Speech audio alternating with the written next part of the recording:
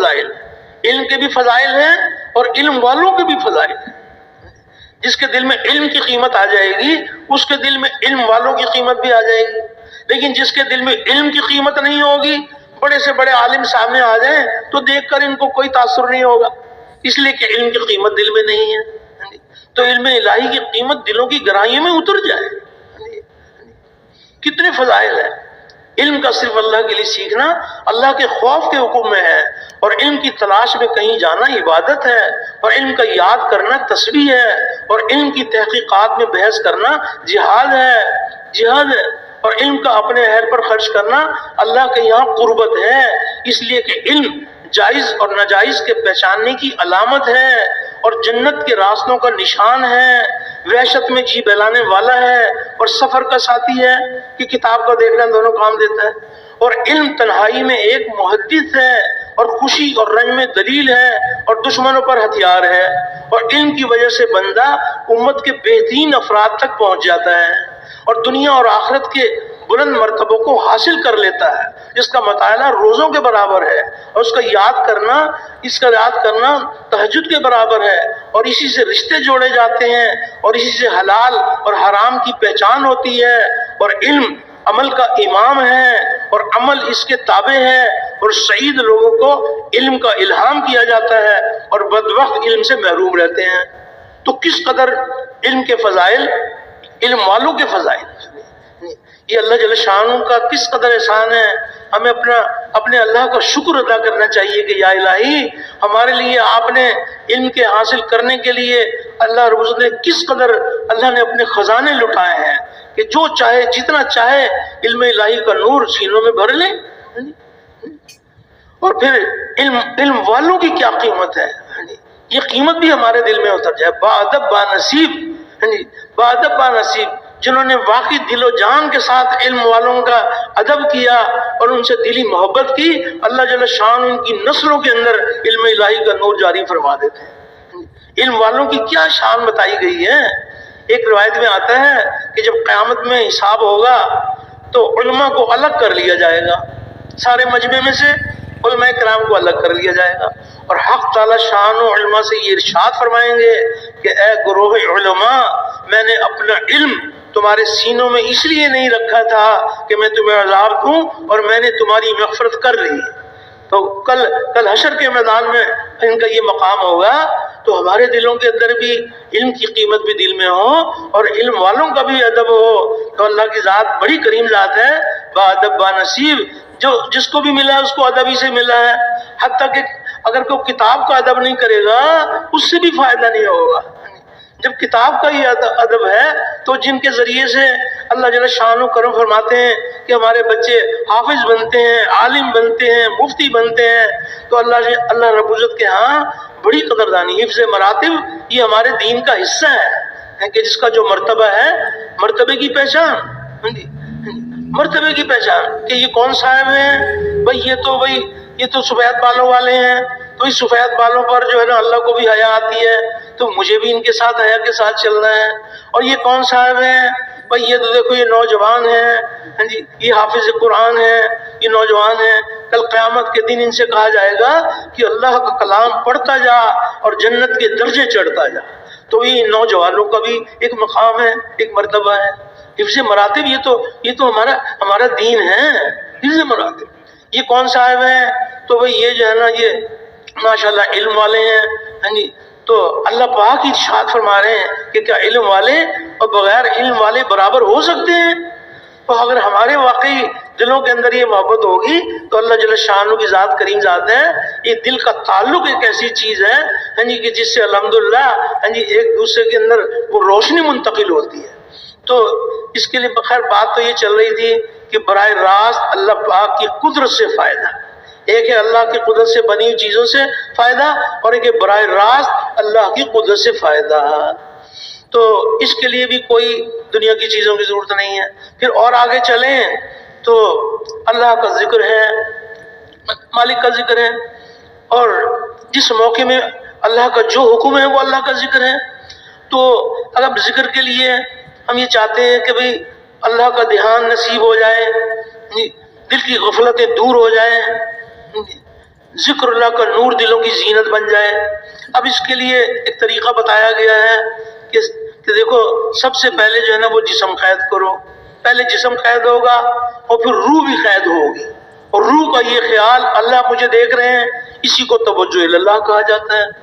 تو اب اس کے لیے صبح شام کی تسبیحات ہیں، اس کے لیے وقت مقرر کر لیا، جسم کو قید کیا۔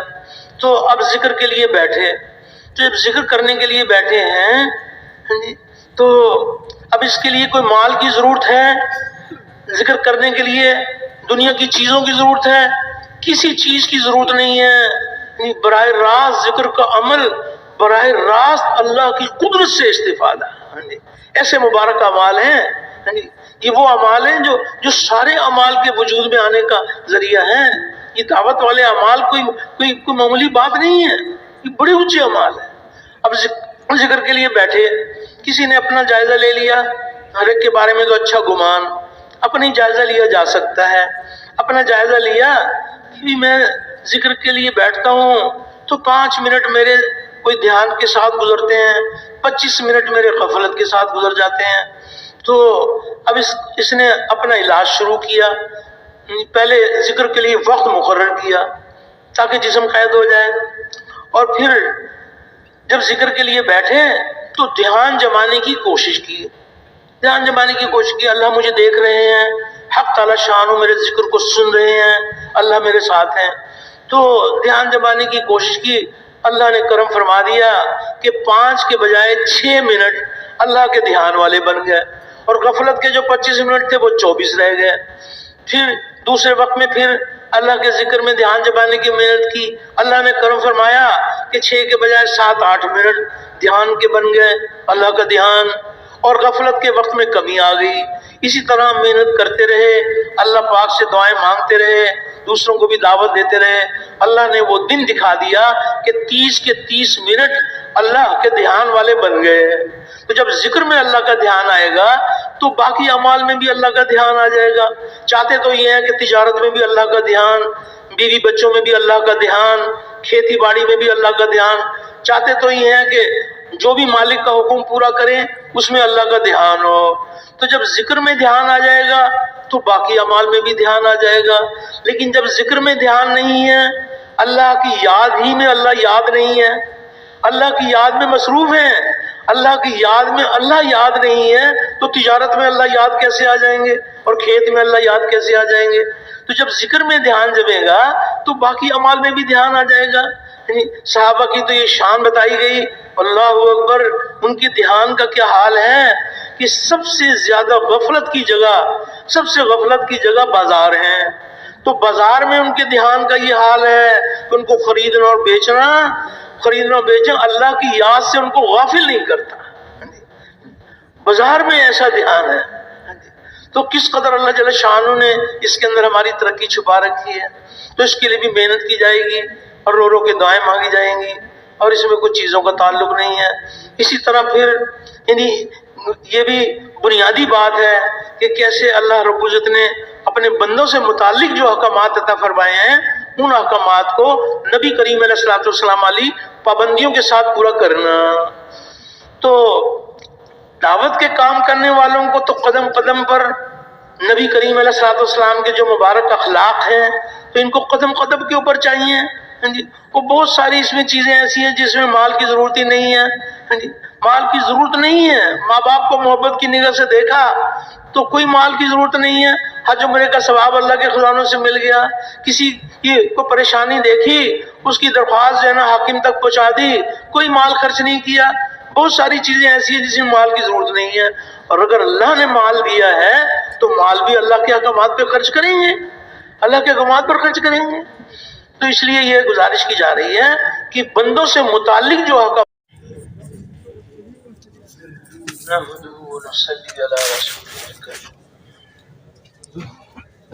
محترم دوستو بزرگوں،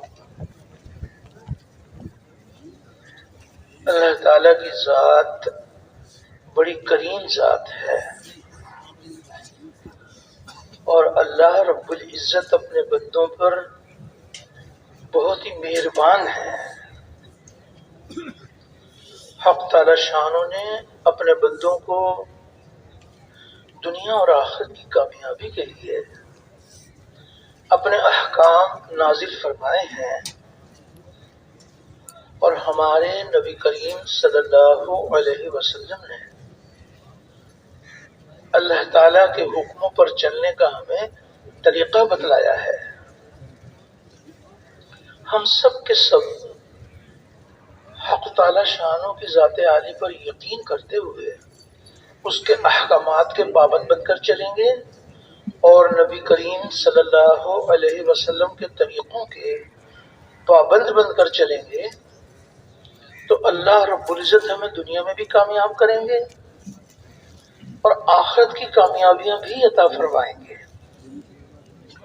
دونوں جہانوں کی کامیابی کا ذریعہ اللہ رب العزت کا مبارک دین ہے، اور دین کے زندہ ہونے کا ذریعہ نبی کریم صلی اللہ علیہ وسلم کی دعوت والی محنت ہے۔ آج سب سے پہلا درجہ دعوت والی محنت کے زندہ ہونے کا ہے۔ آپ صلی اللہ علیہ وسلم والی مبارک محنت زندہ ہوگی تو حق تعالی شانوں کا مبارک دین زندہ ہوگا، اور دین انسانوں کی زندگی میں آئے گا تو انسانیت جہنم کی آگ سے بچ کر جنت میں جانے والی بنے گی۔ تو پہلا درجہ محنت کا ہے، اور یہ وہ مبارک محنت ہے جس محنت کے لیے اللہ تعالیٰ نے ہر دور ہر زمانے میں انبیاء علیہم السلام کو مبعوث فرمایا، اور تمام انبیاء علیہم السلام کلمے کی آواز کو لے کر اٹھے۔ اللہ کے غیر سے ہو جانے کا سارے ہی نبیوں نے انکار کیا۔ اللہ پاک کی قدرت سے سب کچھ اور ہر طرح ہو جانے کو سارے ہی نبیوں نے بتلایا، اور اللہ پاک کی لامحدود قدرت سے فائدے حاصل کرنے کے لیے انبیاء علیہم السلام نے اعمال کے طریقے بتلائے، وہ مبارک اعمال بتلائے جن اعمال پر اللہ رب العزت راضی ہو کر دنیا میں بھی کامیابیوں کے دروازے کھولتے ہیں اور آخرت کی کامیابیاں بھی عطا فرماتے ہیں، وہ اعمال بتلائے۔ تو جن لوگوں نے انبیاء علیہم السلام کی کلمے والی بنیاد کو تسلیم کر لیا، یعنی حق تعالی شانوں کی ذات عالی پر یقین لائے اور انبیاء کرام کے دیے ہوئے اعمال سے وابستگی حاصل کی، وہ پھلے پھولے اور چمکے، اور اللہ نے اپنی قدرت سے ان کو کامیاب کر دیا۔ چاہے ان کے پاس دنیا کے نقشے تھے یا دنیا کے نقشے نہیں تھے، اللہ نے ان کو کامیاب کر دیا۔ اور جن لوگوں نے انبیاء علیہم السلام کی کلمے والی بنیاد کو تسلیم نہیں کیا، یعنی حق تعالی شانوں کی ذات عالی پر یقین لانے کی بجائے اللہ کے غیر پر یقین کیا، جی چاہی زندگی گزاری، تو اللہ پاک نے اپنی قدرت سے ان کو ہلاک اور برباد کر دیا، چاہے ان کے پاس دنیا کے مال دولت تھے یا نہیں تھے، اللہ نے ان کو ہلاک اور برباد کر دیا۔ تو سب کے آخر میں سب کے سردار حضرت محمد صلی اللہ علیہ وسلم کو اللہ رب العزت نے اسی کلمے کی بنیاد پر اٹھایا، جس کلمے کی بنیاد پر پہلے انبیاء علیہم السلام تشریف لائے، وہی مبارک کلمہ ہمارے نبی کریم علیہ السلام لے کر تشریف لائے۔ لیکن آپ کی محنت کا میدان اور پہلے نبیوں کی محنت کا میدان، پہلے نبیوں کی محنت کا میدان ایک قوم، ایک قبیلہ، ایک شہر، ایک گھر، اور خاتم الانبیاء کی محنت کا میدان ایک قوم، ایک قبیلہ نہیں ہے، ایک شہر، ایک بر اعظم نہیں ہے۔ آپ صلی اللہ علیہ وسلم کی محنت کا میدان تمام عالم بھر کے انسان اور قیامت تک آنے والے سارے انسان ہمارے نبی کریم علیہ السلام کی محنت کا میدان قرار دیے گئے۔ آپ کی محنت اس قدر جامع محنت ہے کہ تمام عالم بھر کے انسان اور قیامت تک آنے والے سارے انسان نبی کریم علیہ الصلوۃ والسلام کی محنت کا میدان قرار دیے گئے۔ تو ہمارے نبی کریم صلی اللہ علیہ وسلم کو اللہ رب العزت نے جس قدر محنت کا میدان وسیع عطا فرمایا، اسی قدر عملہ بھی وسیع عطا فرمایا۔ اس قدر وسیع عملہ عطا فرمایا کہ جو بھی ایمان لے آئے، شہر والے ہوں یا دیہات والے ہوں، پڑھے لکھے ہوں یا ان پڑھ ہوں، مرد ہوں یا عورتیں ہوں، جو بھی ایمان لے آئے وہ نبی کریم صلی اللہ علیہ وسلم کی دعوت والی محنت میں شامل ہو جائیں۔ نبی کریم علیہ الصلوۃ والسلام نے شروع ہی دن سے تمام طبقات کو اپنے والی محنت کے ساتھ جوڑا، ہر مسلم کو کلمے کی آواز لگانے والا بنایا۔ تو آج محنت اس بات کی ہو رہی ہے کہ پھر سے امت نبی کریم صلی اللہ علیہ وسلم کے نہج پر محنت کرنے والی بن جائے، امت کا ہر طبقہ قرن اول کے طبقے کے مشابہ بن جائے۔ آج محنت اس بات کی ہو رہی ہے۔ تو اس مبارک محنت میں، نبیوں والی محنت میں، سب سے پہلی بنیاد یقینوں کی تبدیلی ہے کہ یقین تبدیل ہو جائے، اللہ کے غیر کا یقین دلوں سے نکل جائے، ایک حق تعالی شانوں کی ذات عالی کا یقین دلوں کی گہرائیوں میں اتر جائے، مادی اسباب سے کامیابی کا یقین دلوں سے نکل جائے،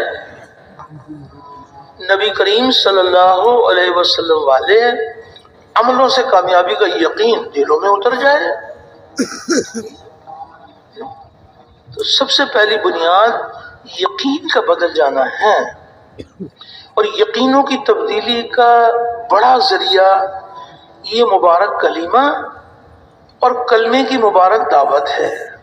کلمے کی دعوت کو لے کے پھرنا، اوروں کو پھرنے کے لیے تیار کرنا، ایک ایک کے دروازے پر جا کر اللہ رب العزت کی بڑائی کے بول بولنا کہ اللہ ہی ہمارا مالک ہے، اللہ کے سوا کوئی ہمارا مالک نہیں ہے، اللہ رب العزت ہی پالنے والے ہیں، اللہ کے سوا کوئی ہمارا پالنے والا نہیں ہے، وہی درد مندوں کے درد دور کرنے والا، غم زدوں کا راحت رساں، مجبوروں کی پکار سننے والا، بے یار و مددگار کی مدد کرنے والا، ہر اکیلے کا ساتھی، ہر اکیلے کا ہمدم، اور اللہ اتنا قریب جو کسی سے دور نہیں ہے۔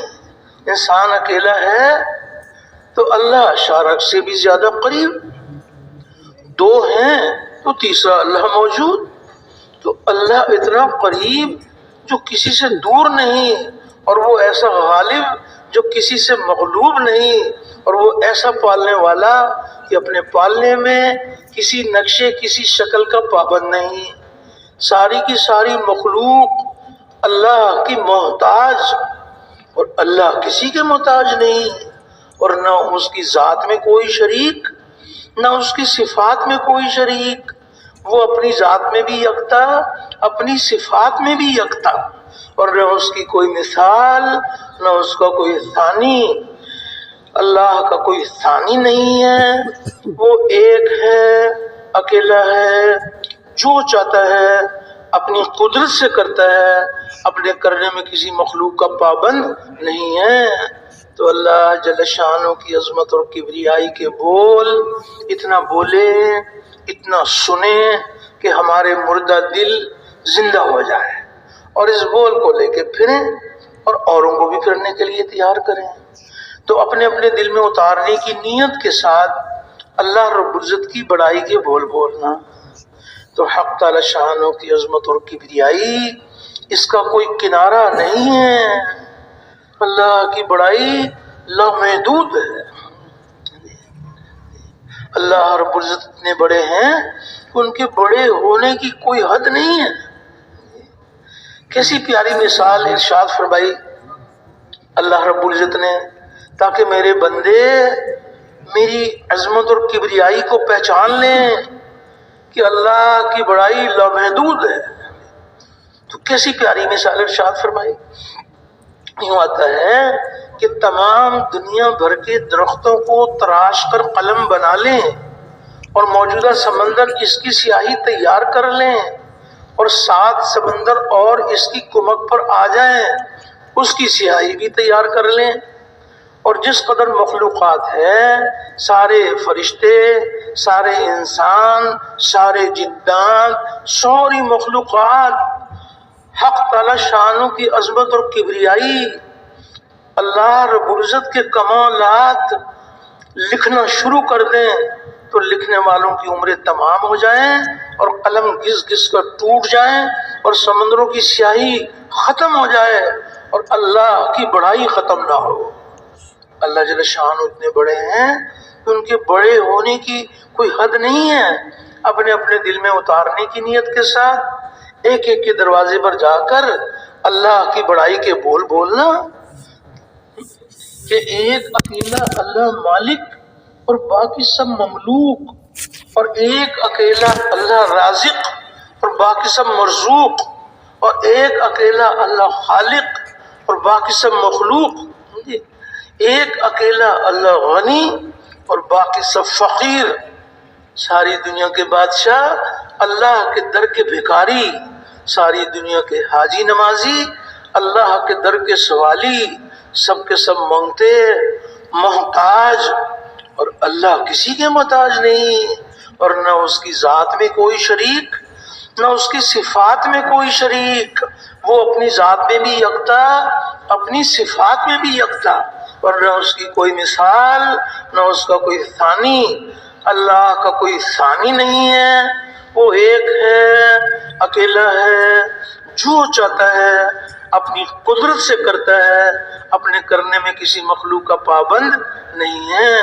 تو اللہ جل شانہ کی عظمت اور کبریائی کے بول اتنا بولیں، اتنا سنیں کہ ہمارے سوئے ہوئے دل جاگ جائیں، سوئے ہوئے دل جاگ جائیں، اور اس بول کو لے کے پھریں، اوروں کو بھی پھرنے کے لیے تیار کریں، اور اس بات کی بھی برملا دعوت دی جائے کہ جہاں جہاں سے جو کچھ ہو رہا ہے وہ تنہ تنہا اللہ کی قدرت سے ہو رہا ہے، جہاں جہاں سے ہوتا ہوا دکھایا جا رہا ہے یہاں سے نہیں ہو رہا، جہاں جہاں سے ہوتا ہوا سنایا جا رہا ہے وہاں سے ہو رہا ہے۔ آنکھ دیکھی پر چلنے کا نام ایمان نہیں ہے، ایمان بالغیب، اللہ تعالیٰ اور اس کے رسول صلی اللہ علیہ وسلم نے جو غیب کی خبریں سنائیں اس پر یقین، مشاہدے تجربے کا نام ایمان نہیں ہے، ایمان بالغیب۔ انسانوں کی نظر کچھ اور بتائے گی، غیب کی خبر کچھ اور بتائے گی، جو خبر بتا رہی ہے اس پر یقین۔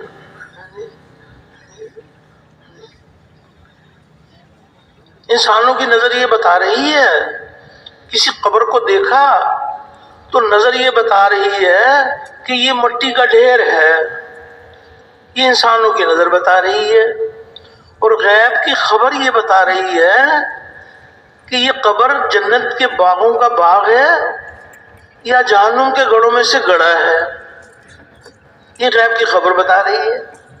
نظر کچھ اور بتائے گی، خبر کچھ اور بتائے گی، ہر خبر کا یقین دل میں اتر جائے، مشاہدے تجربے کا یقین دلوں سے نکل جائے۔ آنکھ دیکھی پر چلنے کا نام ایمان نہیں۔ انسانوں کی نظر یہ بتا رہی ہے کہ ہم نے زمین میں جان کھپائی، بیج لگایا، ہل چلایا، پانی دیا اور زمین سے غلہ نکلا، یہ انسانوں کی نظر بتا رہی ہے کہ ہم زمین میں جان کھپاتے ہیں، بیج لگاتے ہیں، ہل چلاتے ہیں، پانی دیتے ہیں اور زمین سے غلہ نکلتا ہے، یہ انسانوں کی نظر بتا رہی ہے۔ اور حق تعالی شان و غیب کی خبر ارشاد فرما رہے ہیں کہ بتاؤ کھیتی تم اگاتے ہو یا کھیتی ہم اگاتے ہیں؟ تو کھیتی کون اگاتا ہے؟ کھیتی اللہ اگاتے ہیں۔ جو کچھ دکھایا جا رہا ہے یہ امتحان کے طور پر دکھایا جا رہا ہے کہ دیکھو کائنات کے ذرے ذرے میں ہماری قدرت کو پہچانو. اس مخلوق کو اللہ پاک نے اپنی قدرت سے بنایا ہے، اور یہ بنا ہوا بنانے والے کے بغیر کچھ نہیں کر سکتا، اور بنانے والا بنے ہوئے کے بغیر سب کچھ کر سکتا ہے.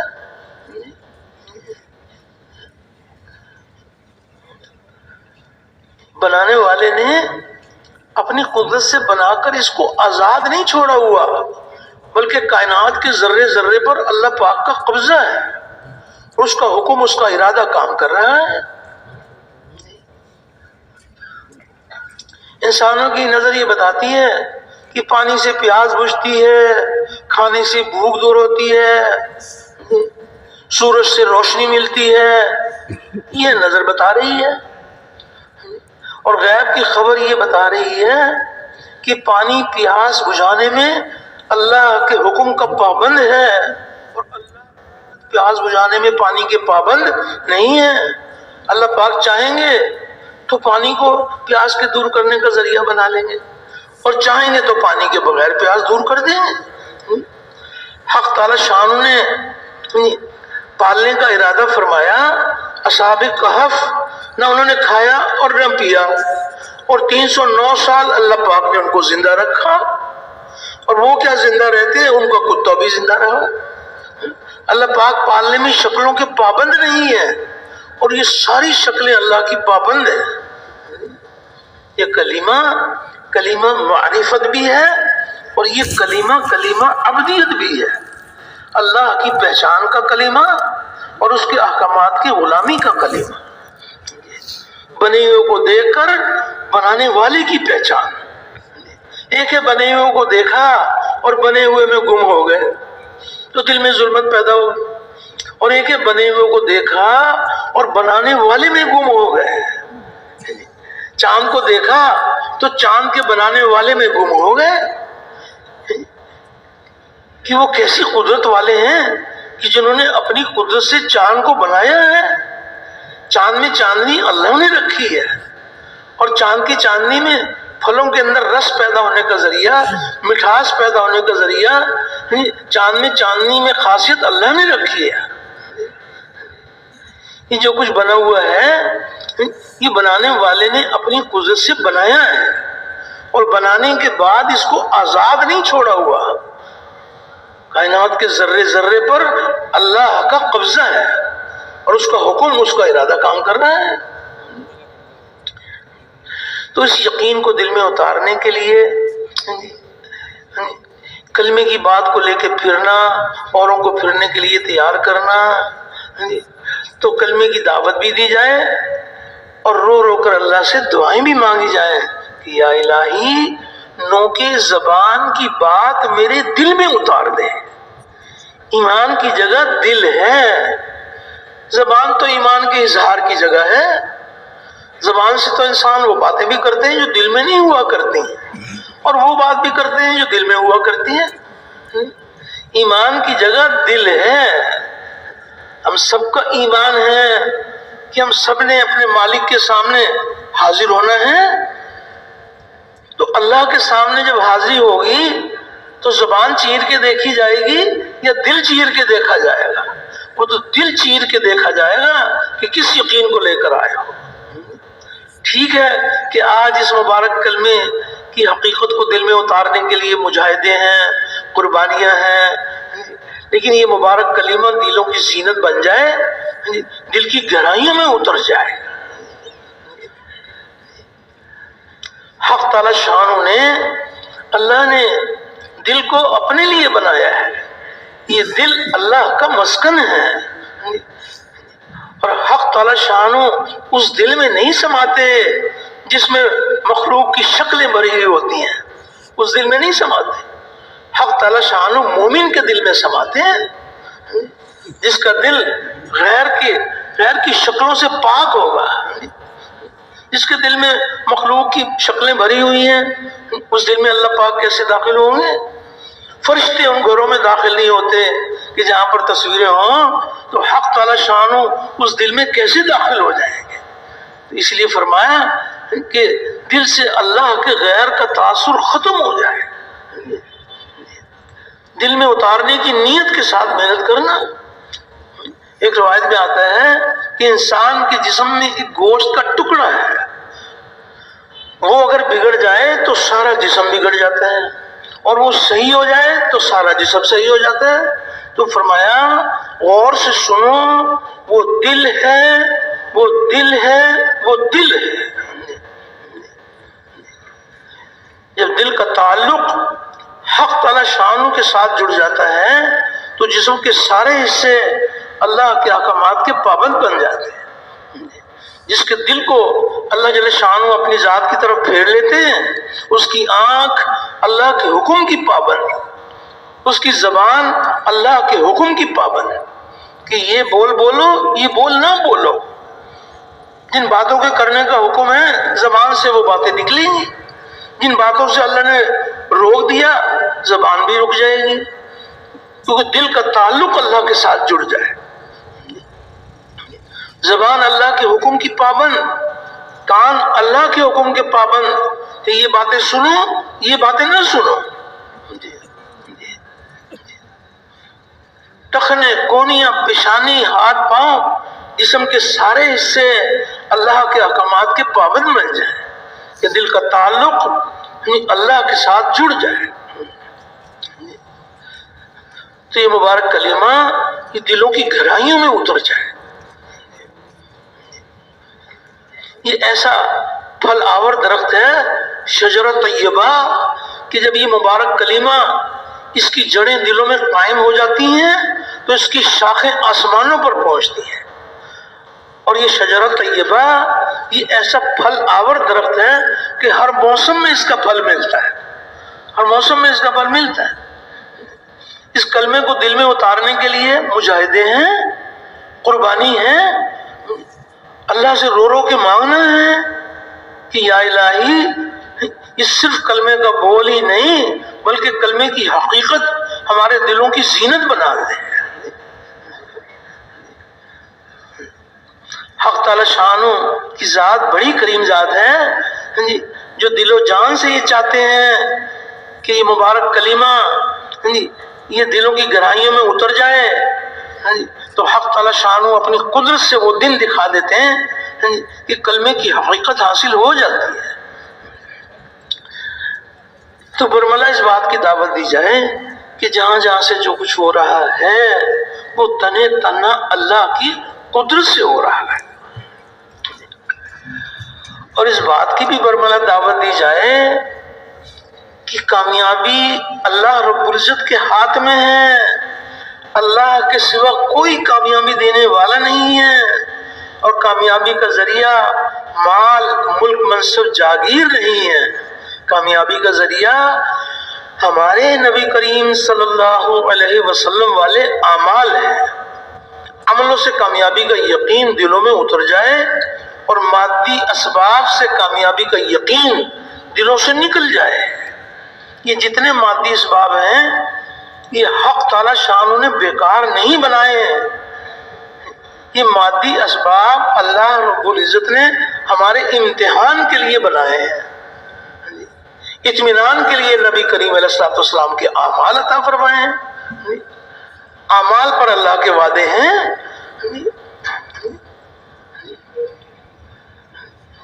تو دو یقینوں کی ٹکر ہے، ایک طرف مادی اسباب ہیں اور ایک طرف ہمارے نبی کریم صلی اللہ علیہ وسلم والے اعمال ہیں۔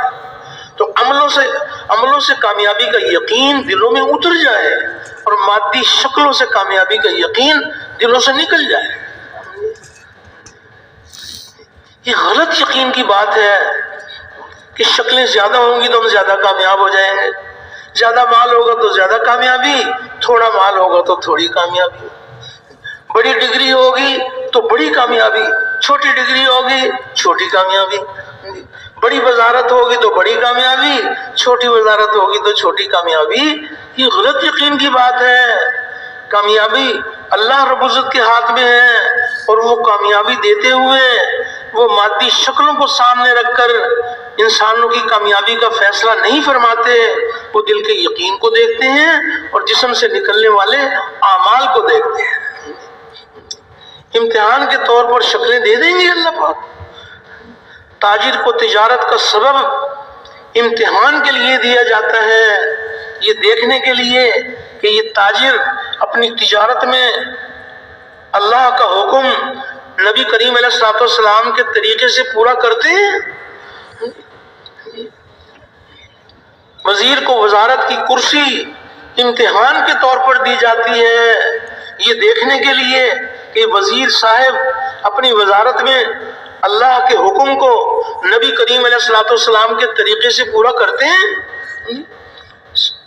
صرف تجارت کا مل جانا کامیابی نہیں ہے، صرف وزارت کا مل جانا کامیابی نہیں ہے، بلکہ ہمارے نبی کریم علیہ الصلوۃ والسلام کے ان میں اعمال بھرے ہوئے ہوں، اعمال بھرے ہوئے ہوں. ہم سمجھتے ہیں کہ چاہے اعمال کریں یا نہ کریں تو حاجتیں ہماری پوری ہو جاتی ہیں، تو حاجتیں اللہ پاک اپنی قدرت سے پوری کریں گے.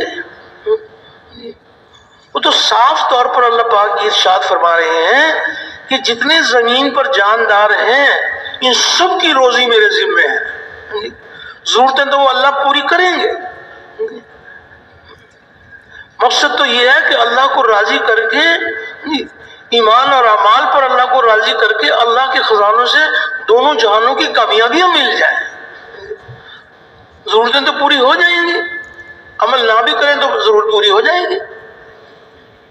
ایک صاحب کو بیوی کی حاجت تھی، وہ نکاح کرنے سے پہلے رک گئے اور مفتی صاحب کی خدمت میں حاضر ہو گئے کہ مفتی صاحب میں نکاح کرنا چاہتا ہوں، تو آپ مجھ پر شفقت فرمائیں کہ مجھے اللہ کا حکم نبی کا طریقہ سکھا دیں تاکہ میں شادی میں اللہ کا حکم نبی کا طریقہ بھر لوں.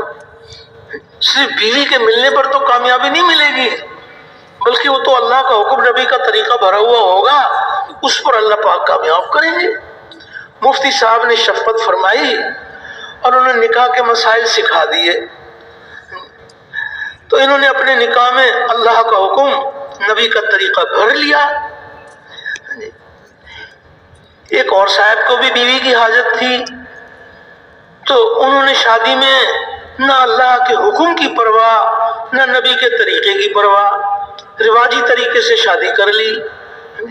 تو بیوی ایک کو ملے گی یا دونوں کو ملے گی؟ بیوی اللہ پاک دونوں کو دے دیں گے، لیکن کامیابی دونوں کو نہیں ملے گی. کامیابی کا ذریعہ ہمارے نبی کریم صلی اللہ علیہ وسلم والے اعمال ہیں. عملوں کے بغیر دنیا کی چیزوں کو جمع کر کے اللہ کو دکھائیں کہ یا الہی آپ ہمارے مال کو دیکھیں کہ ہم نے کس قدر مال جمع کیا ہے. آپ سونا چاندی کو دیکھیں کہ ہمارے پاس سونا چاندی کتنا ہے. تو ان مادی چیزوں کو جمع کر کے اللہ کو دکھائیں، اس پر کامیابی نہیں ملے گی. ہاں یہ بات ہے کہ آپ مال کمانے میں نبی کا عمل بھر لیں، مال کے خرچ کرنے میں نبی کا عمل بھر لیں. یہ تو نہیں کہا جا رہا کہ آپ مال استعمال ہی نہیں کر سکتے. وہ مال کتنا مبارک ہے جس مال کے حاصل کرنے میں اللہ کا حکم نبی کا طریقہ بھرا ہوا ہے. وہ مال کا خرچ کرنا کتنا مبارک ہے جس میں اللہ کا حکم نبی کریم علیہ الصلوۃ والسلام کا طریقہ بھرا ہوا ہے. وہ تجارت وہ کتنی بڑی نعمت ہے کہ جس تجارت میں اللہ کا حکم نبی کا طریقہ بھرا ہوا ہے. صرف تجارت ہے اور اس میں نبی کے اعمال نہیں ہیں تو اللہ پاک اپنی قدرت سے ان کو ناکام کر دے.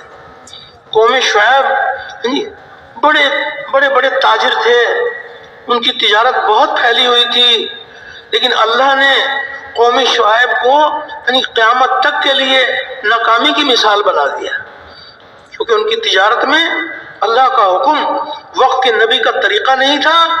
اللہ پاک نے ناکامی کی مثال بنا دیا.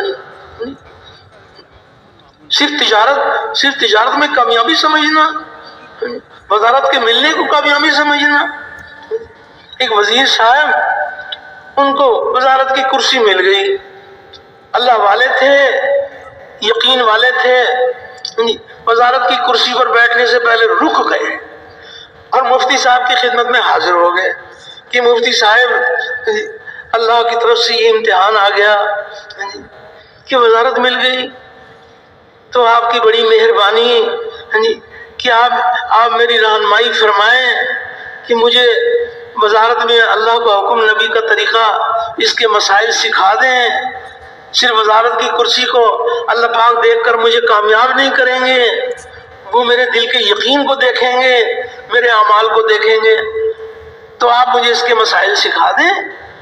مفتی صاحب نے شفقت فرمائی اور ان کو مسائل سکھا دیے۔ انہوں نے اپنی وزارت میں اللہ کا حکم، نبی کا طریقہ بھر دیا۔ تو جس وزیر صاحب کی وزارت میں اللہ کا حکم، نبی کا طریقہ بھرا ہوا ہے، تو اس وزیر صاحب کو اللہ پاک ناکام کریں گے یا کامیاب کریں گے؟ وہ کامیاب کریں گے۔ تو وزارت کی کرسی کی وجہ سے کامیاب کریں گے یا نبی کے عمل کی وجہ سے کامیاب کریں گے؟ وہ تو کامیابی جو ملے گی وہ تو ہمارے نبی کریم صلی اللہ علیہ وسلم جو اللہ کی طرف سے اعمال لے کر آئے ہیں، ان اعمال پر اللہ کے وعدے ہیں۔ اس لیے گزارش کی جا رہی ہے، ایک ہے نبی کریم صلی اللہ علیہ وسلم کے مبارک طریقوں کو سیکھنا، ایک ہے آپ کے مبارک طریقوں کو سیکھنا، اور ایک ہے آپ کے مبارک طریقوں میں کامیابی کا یقین سیکھنا۔ جو صرف آپ کا طریقہ سیکھ لیں گے اور آپ کے طریقوں میں کامیابی کا یقین نہیں سیکھیں گے، وہ کبھی آپ کے طریقے پہ چلیں گے اور کبھی آپ کے طریقے کو چھوڑ دیں گے۔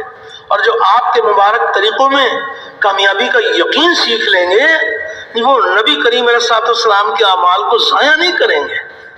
مقابلہ آئے گا، اللہ رب العزت مقابلہ لائیں گے کہ عمل کو بچاؤ تو مال چلا جائے گا، اور مال کو بچاؤ تو عمل چلا جائے گا۔ تو جس کا یقین ہی ہے کہ کامیابی اللہ رب العزت کے ہاتھ میں ہے اور کامیابی کا ذریعہ ہمارے نبی کریم علیہ الصلوۃ والسلام کے اعمال ہیں، تو یہ مال کو قربان کریں گے، عمل کو گلے لگائیں گے۔ زندگی اللہ بناتے ہیں اور اعمال پر بناتے ہیں۔ تو برملا اس بات کی دعوت دی جائے کہ مال سے، مال والوں سے اور ملک سے، ملک والوں سے زندگی نہیں بنتی، زندگی اللہ پاک ہی بناتے ہیں اور نبی کریم صلی اللہ علیہ وسلم والے اعمال پر بناتے ہیں۔ سونے چاندی سے اور سونے چاندی والوں سے اور کارخانوں سے اور کارخانے والوں سے زندگی نہیں بنتی، زندگی اللہ پاک ہی بناتے ہیں اور نبی کریم صلی اللہ علیہ وسلم والے اعمال پر بناتے ہیں۔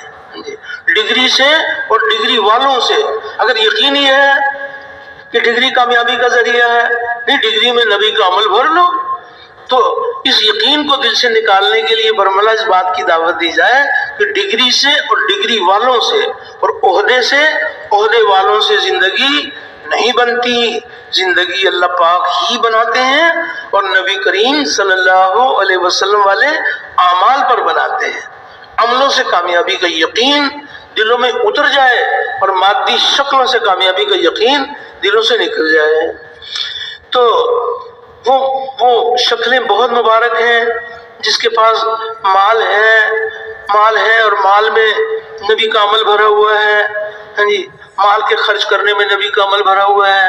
ہم سب کا ایمان ہے کہ جب آخرت کے اندر یہ سوال ہوگا کہ مال کیسے کمایا تھا اور کیسے خرچ کیا تھا، تو بہت ساری انسانیت کامیاب ہو جائے گی اور بہت سارے ناکام ہو جائیں گے۔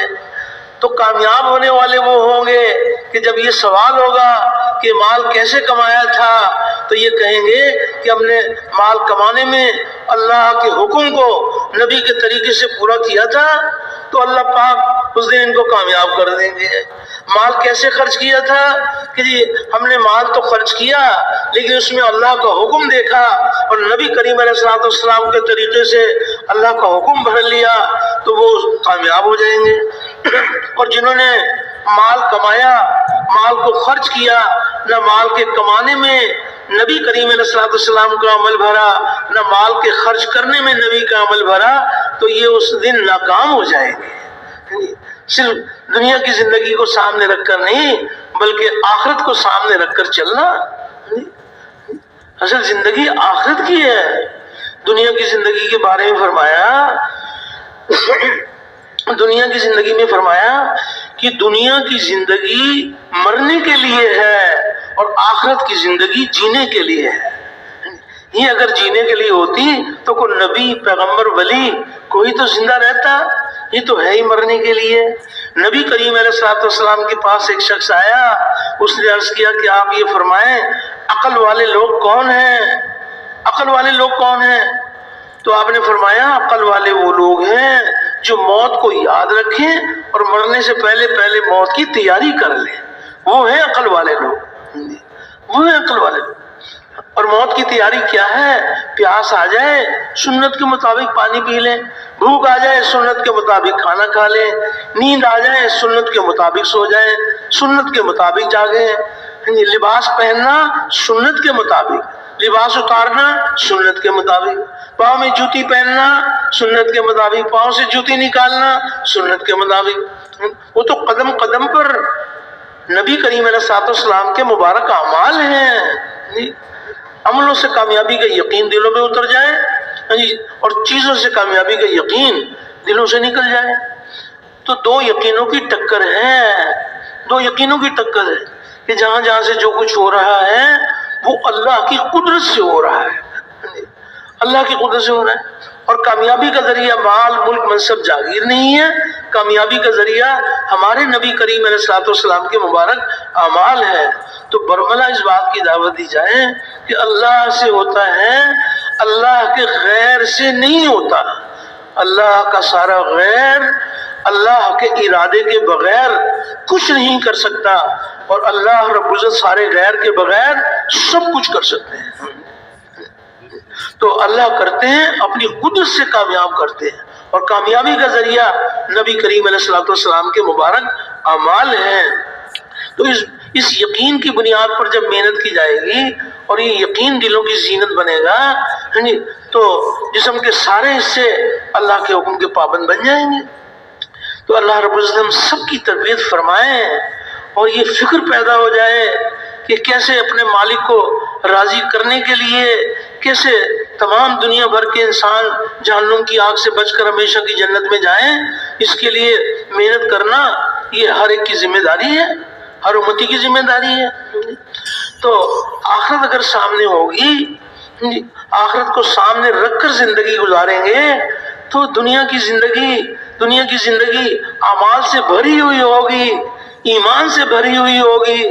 کتنے صاحب نصیب ہیں کہ جن کے دل ایمان سے لبریز ہیں اور جن کے اعمال صبح سے لے کے شام تک اور شام سے لے کے صبح تک ان کے جسم سے جو اعمال نکل رہے ہیں وہ اعمال اللہ کو راضی کرنے والے اعمال ہیں۔ تو حق تعالی شانہ اپنی قدرت سے ان کے لیے کامیابی کا دروازہ کھولیں گے۔ تو ہم سب کا ایمان ہے کہ جو کچھ بھی اللہ پاک نے اپنی قدرت سے بنایا ہے، یہ بنا ہوا، یہ اللہ جب تک چاہیں گے اس کو باقی رکھیں گے، اور جب اللہ پاک چاہیں گے تو اس ساری مخلوق کو اپنی قدرت سے ختم کر دیں گے۔ اللہ رب العزت نے اس کے ختم کرنے کا اللہ نے پہلے ارادہ فرمایا۔ یہ جو کچھ بنا ہوا ہے یہ جس کے بنانے سے بنا ہے اسی کے حکم سے ختم ہو جائے گا۔ ہم سب کا ایمان ہے کہ قیامت آئے گی اور قیامت میں یہ ساتوں زمین، یہ ساتوں آسمان اور اس کے چھوٹے بڑے سارے نقشے وہ جس کے حکم سے بنے تھے اس کے حکم سے ختم ہو جائیں گے۔ یہ پہاڑ روئی کے گالوں کی طرح سے اڑیں گے، سمندروں میں آگ لگے گی اور یہ سارا نقشہ یہ اللہ کے حکم سے ختم ہو جائے گا، حتیٰ کہ عرش کے اٹھانے والے فرشتوں کی روح بھی نکال دی جائے گی۔ یہ جب یہ سارا نقشہ ٹوٹ جائے گا تو اب ملک الموت اسرائیل علیہ السلام اللہ پاک سے عرض کریں گے کہ اے باری تعالیٰ اب تو آپ کی ذات باقی اور چار ہم باقی تو سب کچھ ختم، آپ کی ذات باقی اور چار ہم باقی۔ چار کون کون سے باقی؟ جبرائیل علیہ السلام، میکائیل علیہ السلام، اسرافیل علیہ السلام اور عزرائیل علیہ السلام، باقی سب ختم۔ تو حق تعالی شان و ملک الموت سے ارشاد فرمائیں گے کہ ان تین فرشتوں کی روح بھی نکال دو۔ تو ملک الموت اسرائیل علیہ السلام ان تین فرشتوں کی روح بھی نکال دیں گے۔ جبرائیل علیہ السلام، میکائیل علیہ السلام، اسرافیل علیہ السلام، یہ بھی ختم۔ پھر فرشتہ اللہ سے عرض کرے گا کہ اے باری تعالیٰ، اب تو آپ کی ذات باقی اور میں باقی۔ تو اللہ پاک کا حکم ہوگا ملک الموت کو کہ تم بھی مر جاؤ، تو اللہ کے حکم سے ملک الموت بھی ختم۔ تو اب کس کی ذات باقی ہے؟ اللہ پاک ارشاد فرمائیں گے کہ آج بتاؤ کہ آج کس کی سلطنت ہے؟ تو آج تو کوئی مجازی کہنے والا بھی نہیں ہوگا۔ حق تعالی شان و خود ارشاد فرمائیں گے کہ آج اس واحد القہار کی حکومت ہے، مالک یوم الدین۔ اس دن جو اللہ کے فیصلے ہوں گے وہ مستقل فیصلے ہوں گے۔ دنیا میں اللہ پاک اپنی قدرت دکھا رہے ہیں کہ عالم ارواح سے عالم دنیا میں انسان، تھوڑے تھوڑے انسانوں کو اللہ پاک لا رہے ہیں، یہ بھی ان کی قدرت ہے۔ اور مالک یوم الدین، اس دن پھر اللہ پاک اپنی قدرت دکھائیں گے کہ پھر فرشتہ پیدا ہوگا اور پھر سور پھونکا جائے گا، اور پھر اللہ جل شانہ اپنی قدرت سے سارے انسانوں کو یک بار اللہ پاک اٹھائیں گے، یک بار سب کو اٹھائیں گے۔ حشر کا میدان قائم ہوگا، مالک یوم الدین، اور اس دن جو اللہ کے فیصلے ہوں گے وہ مستقل فیصلے ہوں گے۔ جن کی عزت کے بارے میں فیصلہ ہوگا وہ ہمیشہ کی عزت میں رہیں گے، اور جن کے بارے میں ذلت کا فیصلہ ہوگا وہ ذلت میں رہیں گے۔ جن کے بارے میں فیصلہ ہوگا کہ وہ ہمیشہ کی جنت میں رہیں گے وہ جنت میں چلے جائیں گے۔ جن کے بارے میں فیصلہ ہوگا کہ یہ جہنم میں رہیں گے وہ جہنم میں چلے جائیں گے۔ اور جن کے بارے میں فیصلہ ہوگا کہ ان کو ایک نہ ایک دن ان کو جہنم کی آگ سے نکال کر ان کو بھی جنت میں داخل کر دیا جائے گا۔ تو جب سارے جنت والے جنت میں چلے جائیں گے اور جہنم والے جہنم میں رہ جائیں گے، تو ایک منادی کی پکار پر سارے جنتی جنت کے کناروں پر آ جائیں گے اور سارے جہنم والے جہنم کے کنارے پر آ جائیں گے۔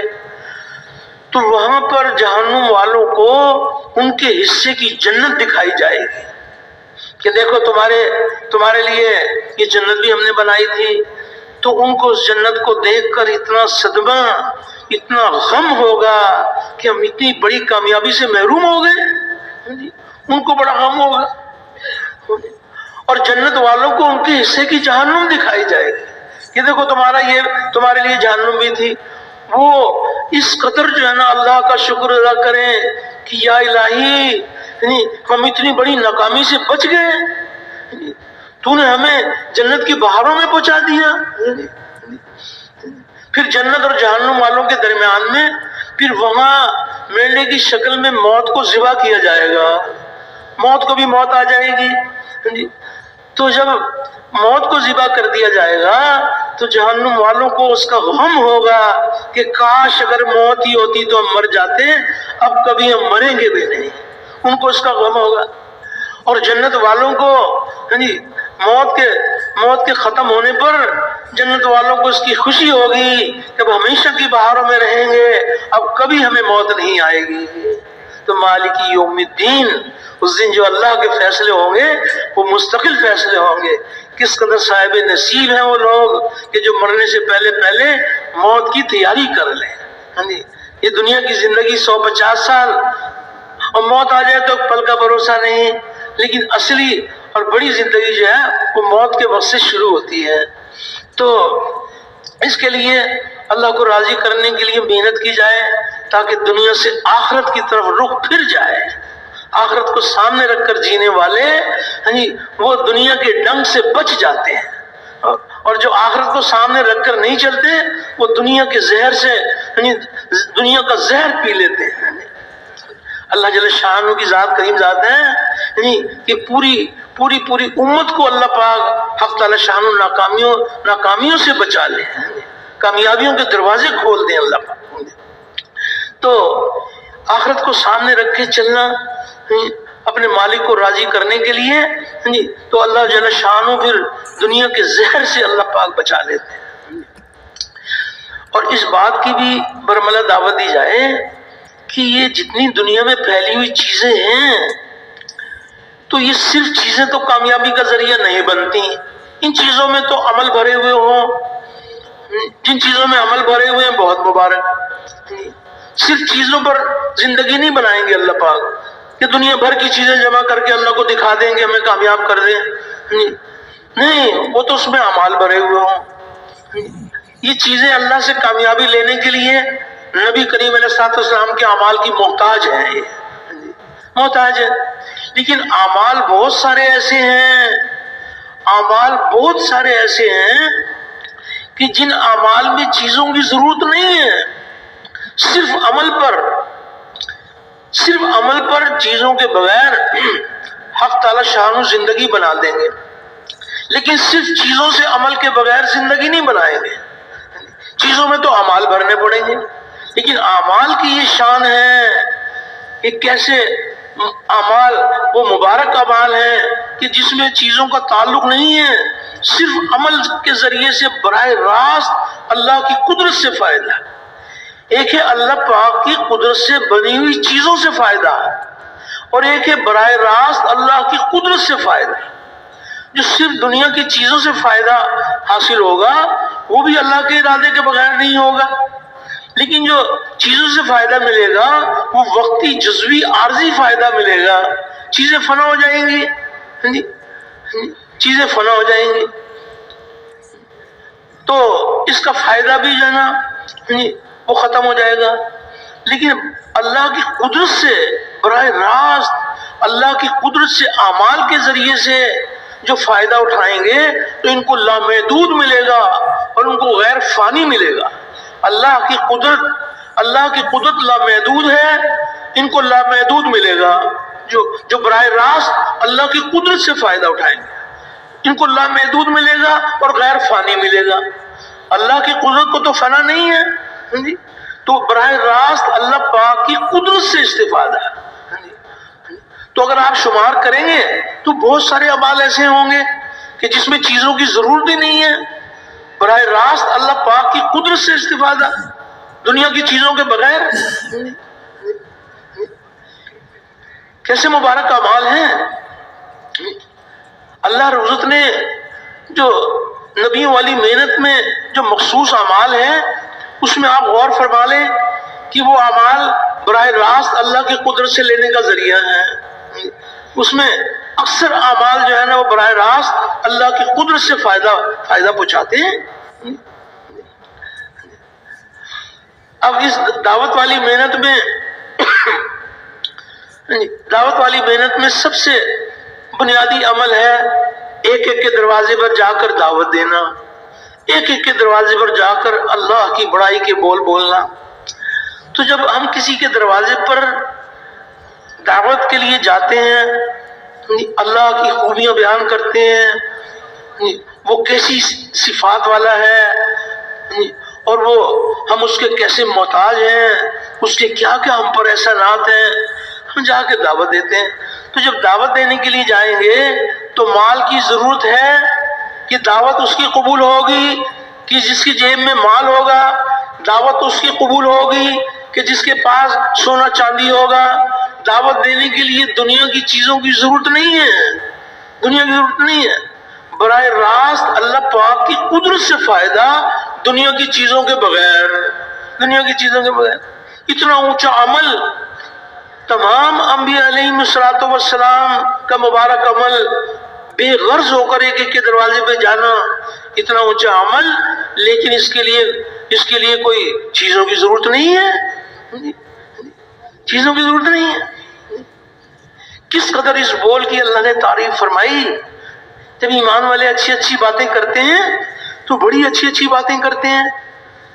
ایمان والوں کی کوئی ایک ہی بات اللہ کو پسند نہیں ہے، سچ بولنا بھی پسند ہے اور کئی بول ہیں جو اللہ کو پسند ہیں، لیکن یہ ایمان والے جتنی اچھی اچھی باتیں کرتے ہیں ان کی ساری اچھی اچھی باتوں میں سب سے اچھی بات یہ کہ کوئی کسی کو اللہ کی طرف بلائے۔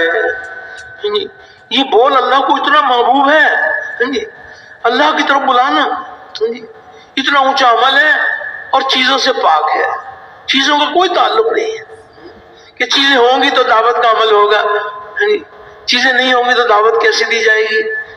براہ راست دعوت کے عمل کے ذریعے سے براہ راست اللہ کی قدرت سے فائدہ دنیا کی چیزوں کے بغیر۔ لیکن چیزوں میں عمل بھرنے پڑیں گے.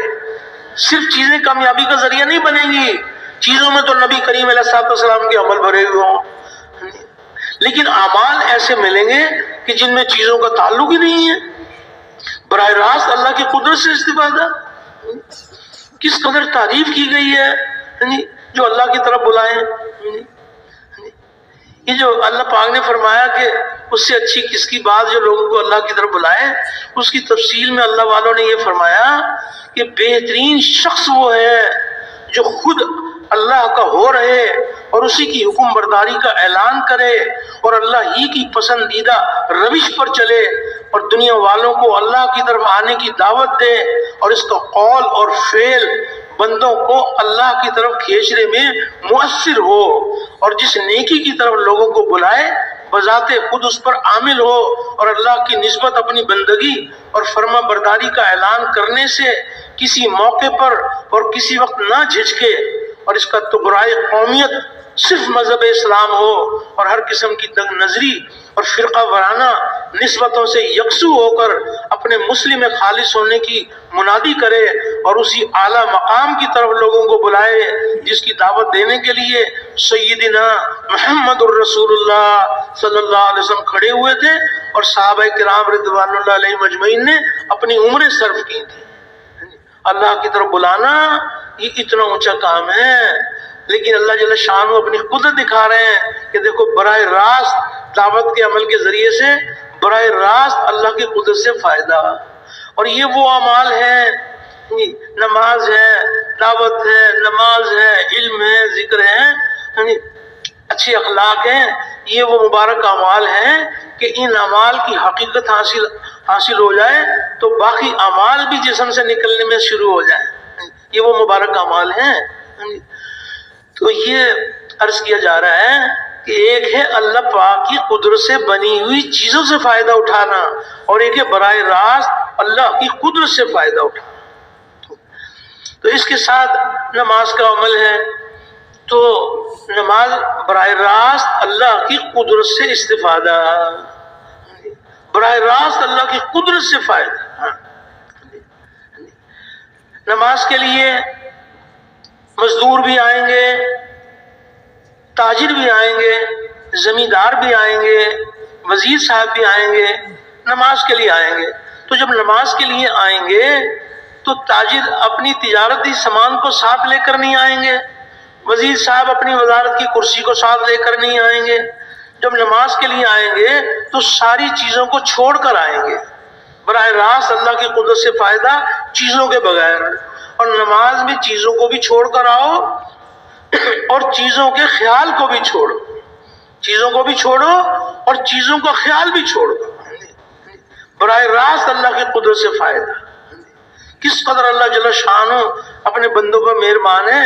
سارے احکامات اللہ نے فرشتے کے ذریعے سے نازل فرمائے، اور جب نماز کا عمل عطا فرمایا تو ہمارے نبی کریم صلی اللہ علیہ وسلم کو اپنے پاس بلا کر نماز کا عمل عطا فرمایا.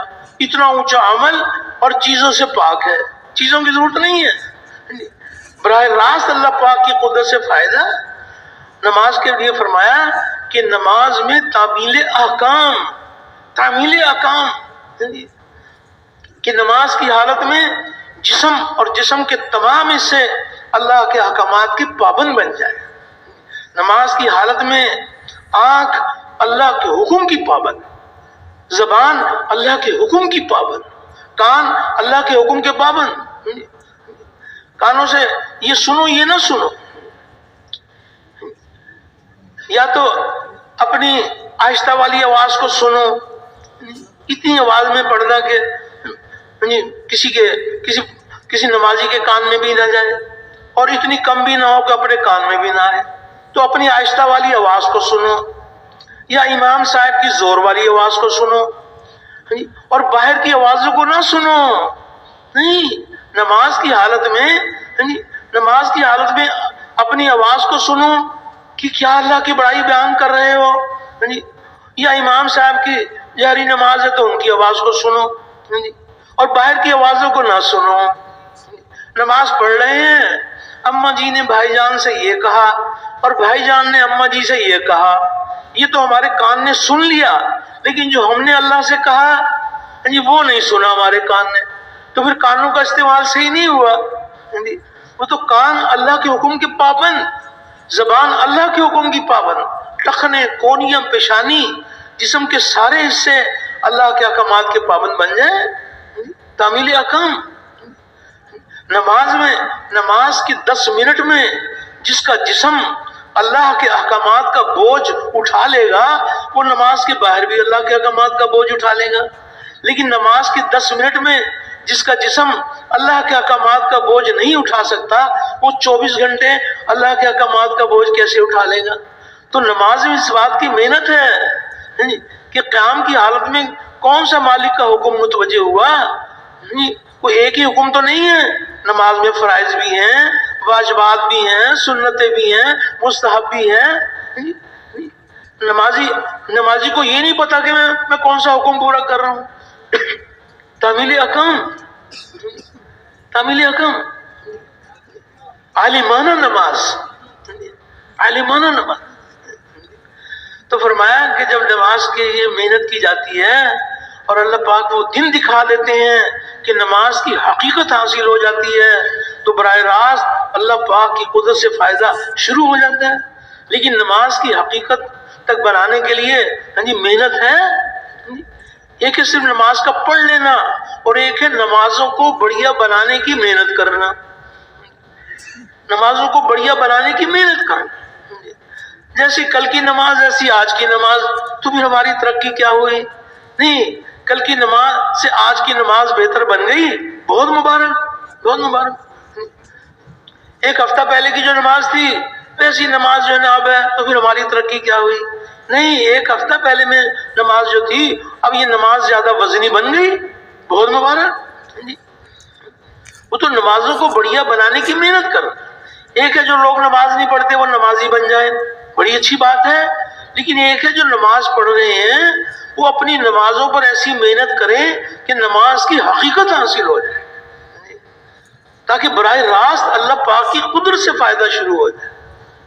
ایک ہے نماز کی صورت اور ایک ہے نماز کی حقیقت۔ اللہ کے وعدے نماز کی حقیقت پر ہیں۔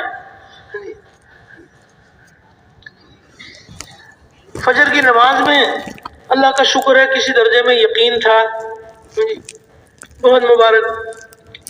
لیکن ظہر کی نماز میں یقین بڑھ گیا تو یہ کہا جائے گا کہ ان کی نماز وزنی بن گئی، نماز کا وزن بڑھ گیا۔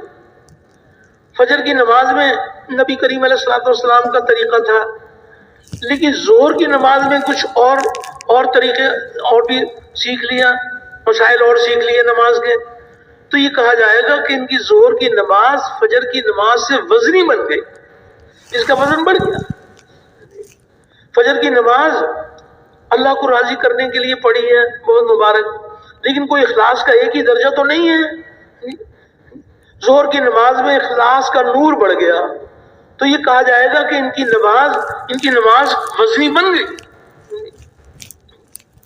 فجر کی نماز میں کسی درجے میں اللہ کا دھیان تھا، لیکن ظہر کی نماز میں اللہ کا دھیان بڑھ گیا کہ اللہ مجھے دیکھ رہے ہیں، حق تعالی شان میری بات کو سن رہے ہیں، اللہ میرے ساتھ ہے، صفت احسان، اس میں دھیان بڑھ گیا تو یہ کہا جائے گا کہ ان کی نماز وزنی بن گئی۔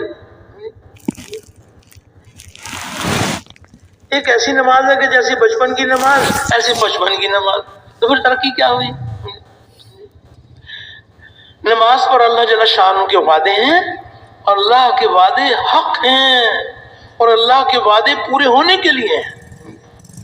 تو نماز پر جو اللہ کے وعدے ہیں، تو فجر کی نماز میں بھی اللہ کے وعدوں کا کسی درجے میں یقین تھا، لیکن ظہر کی نماز میں اللہ کے وعدوں کا یقین بڑھ گیا تو ان کی نماز کا وزن بڑھ گیا۔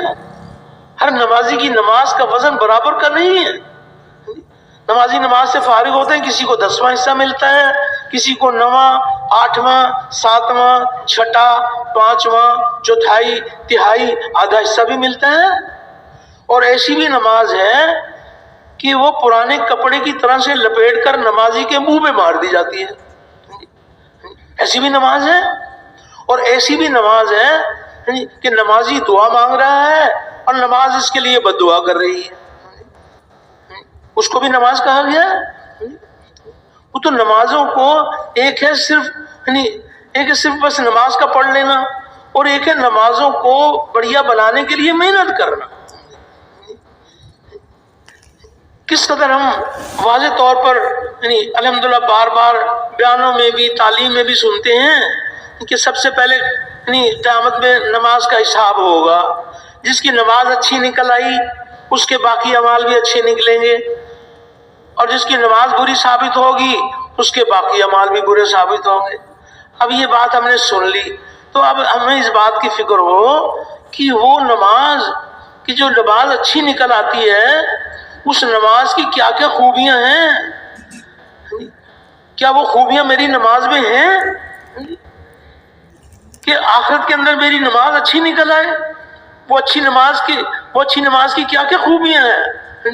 تو ان خوبیوں کو اپنی نماز میں جمع کرنے کی کوشش کرنا تاکہ میری نماز اچھی نکل آئے۔ نماز اچھی نکل آئی تو میرے باقی اعمال بھی اچھے نکل آئیں گے۔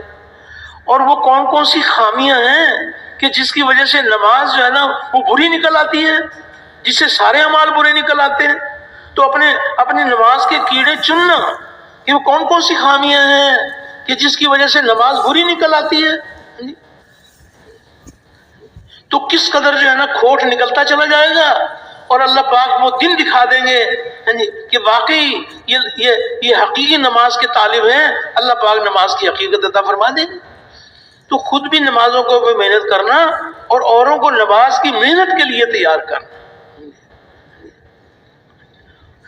ایک ایک کے دروازے پر جا کر اللہ کی بڑائی کے بول بولتے ہیں، بہت مبارک ہے، بہت مبارک۔ لیکن جب نماز کی حالت میں اللہ کی بڑائی کے بول بولتے ہیں تو براہ راست اللہ جل شانہ کو براہ راست اللہ کی بڑائی ہم سناتے ہیں۔ نماز کا کون سا رکن ایسا ہے کہ جس میں اللہ کی بڑائی نہ بھری ہوئی ہو؟ حتیٰ کہ ایک رکن سے دوسرے رکن میں جاتے ہوئے اللہ کی بڑائی، قدم قدم پر اللہ کی بڑائی، اہتمام نماز ہی سے اللہ کی بڑائی شروع ہو جاتی ہے۔ وضو بنانے کے لیے بیٹھے تو وضو بنانے کے لیے بیٹھتے ہیں تو کس کی بڑائی بیان کرتے ہیں؟ بسم اللہ العظیم والحمدللہ علی دین الاسلام، اللہ کی بڑائی بیان کی، اور پھر اور دعائیں ہیں جس میں اللہ کی بڑائی بیان کی۔ پھر وضو بنانے کے بعد آسمان کی طرف دیکھ کر چوتھا کلمہ پڑھتے ہیں تو اللہ کی بڑائی۔ مؤذن سے جب اذان کی آواز سنتے ہیں تو وہی الفاظ ہم بھی دہراتے ہیں، کس قدر اللہ کی بڑائی ہے۔ پھر تکبیر تحریمہ، اب نماز میں داخل ہونا ہے تو تکبیر تحریمہ میں کس کی بڑائی بیان کرتے ہیں؟ اللہ اکبر، اللہ کی بڑائی، اللہ کی بڑائی، سبحانک اللہم، اللہ کی بڑائی، الحمدللہ رب العالمین، کہ تمام تعریف اس اللہ کی جو سارے جہانوں کا پالنے والا ہے۔ کتنی اللہ کی بڑائی بیان کی، ہر رکن میں اللہ کی بڑائی۔ ایک رکن سے دوسرے رکن میں جاتے ہوئے اللہ اکبر، اللہ کی بڑائی۔ رکوع میں چلے گئے تو رکوع میں اللہ کی بڑائی اللہ کو سنا رہے ہیں۔ رکوع میں جا کر کیا کہتے ہیں جناب؟ سبحان ربی العظیم، پاک ہے میرا پالنے والا بڑی شان والا، پاک ہے میرا پالنے والا بڑی شان والا، پاک ہے میرا پالنے والا بڑی شان والا۔ کس قدر اللہ کی بڑائی بیان کرتے ہیں۔ سجدے میں چلے جائیں تو سجدے میں اللہ کی بڑائی اللہ کو سنا رہے ہیں، اللہ کی بڑائی اللہ کو سنا رہے ہیں۔ سبحان ربی العالی، پاک ہے میرا پالنے والا اونچی شان والا، پاک ہے میرا پالنے والا اونچی شان والا، پاک ہے میرا پالنے والا اونچی شان والا۔ کم از کم 3 بار تو کہتے ہی ہیں نا، اور اگر اور زیادہ اللہ کے خزانے لوٹنا چاہیں تو اور زیادہ پڑھیں۔ تو کس قدر اللہ کی بڑائی اللہ کو سنا رہے ہیں، براہ راست اللہ کو سنانا۔ تو اللہ جل شانہ کی ذات کریم ذات ہے کہ جب نمازوں کو بڑھیا بنانے پر محنت کی جاتی ہے اور اوروں کو نماز کی محنت کے لیے تیار کیا جاتا ہے تو اللہ جل شانہ راضی ہو کر اپنے فضل سے نماز کی حقیقت عطا فرماتے ہیں۔ اور پھر جتنے بھی فضائل ہیں اللہ کے وعدے حق ہیں اور اللہ کے وعدے پورے ہونے کے لیے ہیں، تو اس کے لیے بھی محنت کی جائے گی۔ تو بات یہ چل رہی تھی کہ یہ وہ مبارک اعمال ہیں کہ جس میں کچھ چیزوں کا تعلق نہیں ہے، براہ راست اللہ کی قدرت سے استفادہ، یہ مبارک اعمال ہے۔ اور آگے چلیں تو اب کچھ آپس میں سیکھنے سکھانے کے لیے بیٹھے ہوئے ہیں، سیکھنے سکھانے کے لیے بیٹھے ہوئے ہیں، تو علم الہی کا نور ان کے دلوں کے اندر اتر رہا ہے۔ تو سیکھنے سکھانے کے لیے جب بیٹھیں گے تو اس کے لیے مال کی ضرورت ہے، دنیا کی چیزوں کی ضرورت ہے نہیں۔ دنیا کی چیزوں کے بغیر علم الہی کا نور دلوں کی گہرائیوں میں اتر جائے، اس کے لیے چیزوں کا تعلق نہیں ہے۔ چیزوں کو ہم نے اتنا سر چڑھا لیا کہ پتہ نہیں چیزوں، بھئی چیزیں ہوں یا چیزیں نہ ہوں، یعنی اعمال ہوں، اعمال پر اللہ پاک زندگی بناتے ہیں۔ کوئی اس کے لیے علم کے لیے کوئی دنیا کی چیزوں کی ضرورت نہیں ہے۔ کوئی اپنے بچوں کو حافظ بنانا چاہیں، اللہ اکبر، یعنی اور عالم بنانا چاہیں، مفتی بنانا چاہیں، تو کس قدر اللہ پاک آج بھی اپنی قدرت دکھا رہے ہیں۔ دیکھو علم الہی کا نور، یعنی کوئی اس کے لیے دنیا کی چیزوں کی ضرورت نہیں ہے۔ بڑے سے بڑے علم کے خزانے لوٹنے چاہیں تو آج بھی اللہ اپنی قدرت دکھا رہے ہیں کہ نہ کوئی داخلہ فیس نہ ماہانہ فیس، اور اللہ جل شانہ اپنی قدرت سے، اللہ رب العزت نے ایک ایک شہر میں کتنے کتنے مدارس، اور ایک کونے میں، دنیا کے کونے کونے میں اللہ پاک نے اپنی قدرت دکھا دی کہ علم الہی کا نور اللہ کے خزانوں میں اترتا چلا جائے۔ کوئی یہ چیزیں کو چھپی ہوئی نہیں ہیں، آج اللہ پاک اپنی قدرت دکھا رہے ہیں کہ کس قدر اللہ کے خزانے بھرے ہوئے ہیں، کیسے اللہ پاک اپنے علم کا نور لٹانا چاہتے ہیں۔ تو اس کے لیے تو کوئی دنیا کی چیزوں کی ضرورت نہیں ہے۔ فضائل اس قدر ہیں، علم کے فضائل، علم والوں کے فضائل، علم کے بھی فضائل ہیں اور علم والوں کے بھی فضائل ہیں۔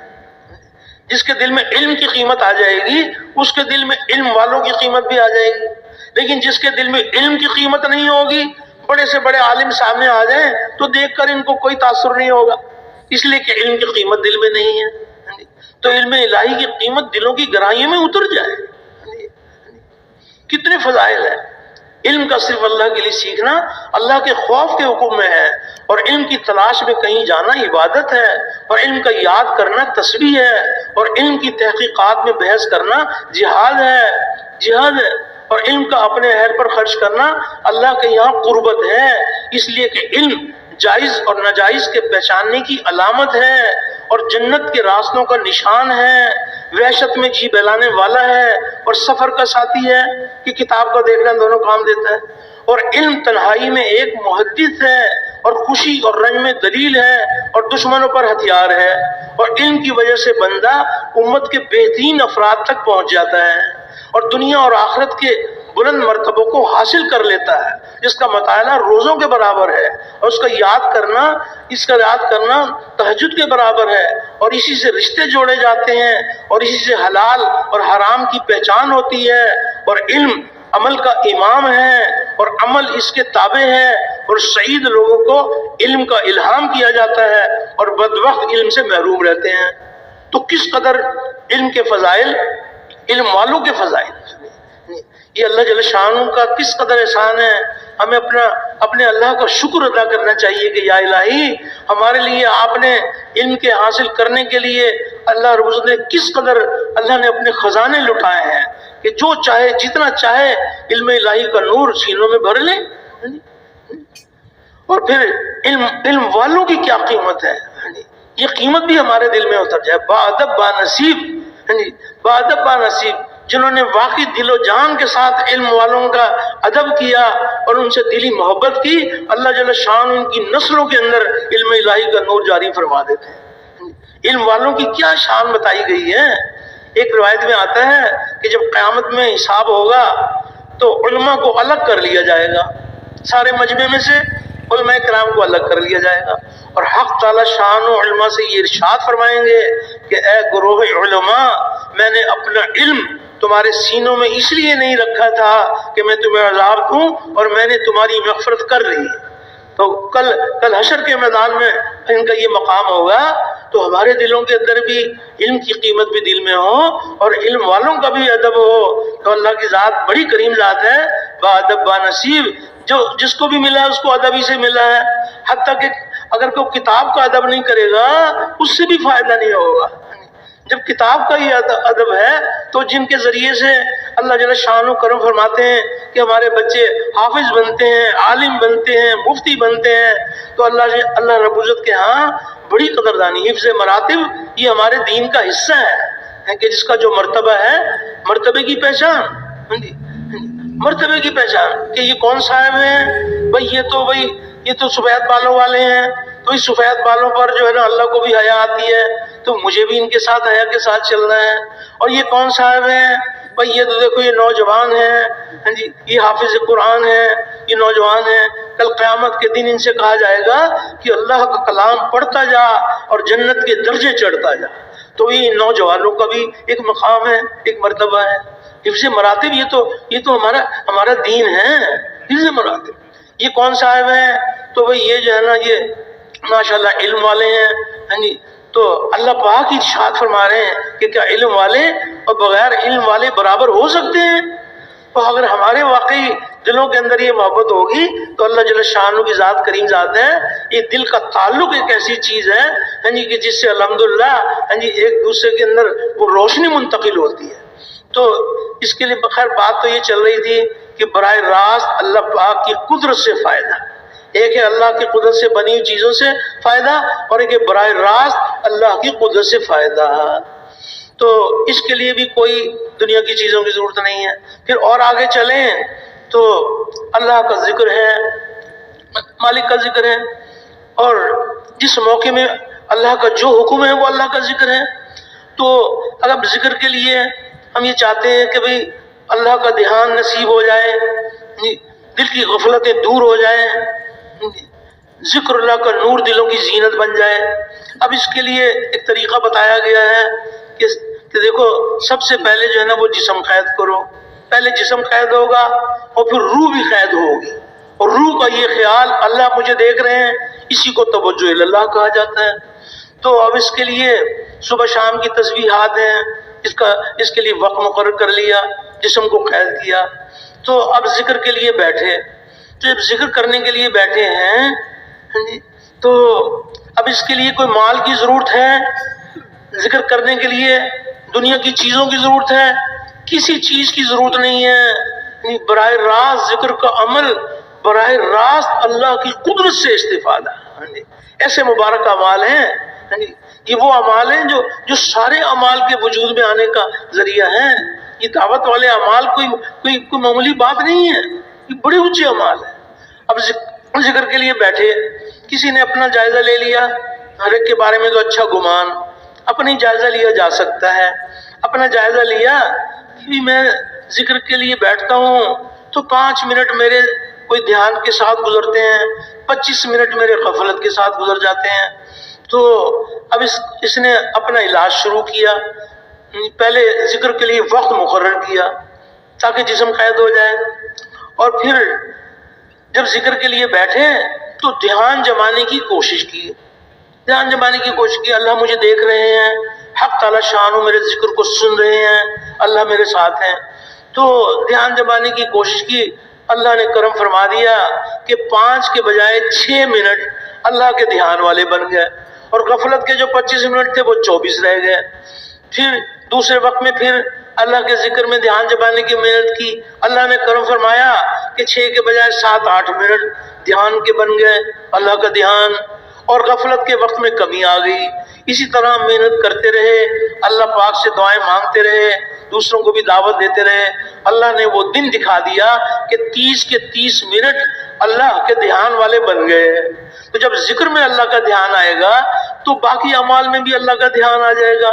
چاہتے تو یہ ہے کہ تجارت میں بھی اللہ کا دھیان، بیوی بچوں میں بھی اللہ کا دھیان، کھیتی باڑی میں بھی اللہ کا دھیان، چاہتے تو یہ ہے کہ جو بھی مالک کا حکم پورا کریں اس میں اللہ کا دھیان ہو۔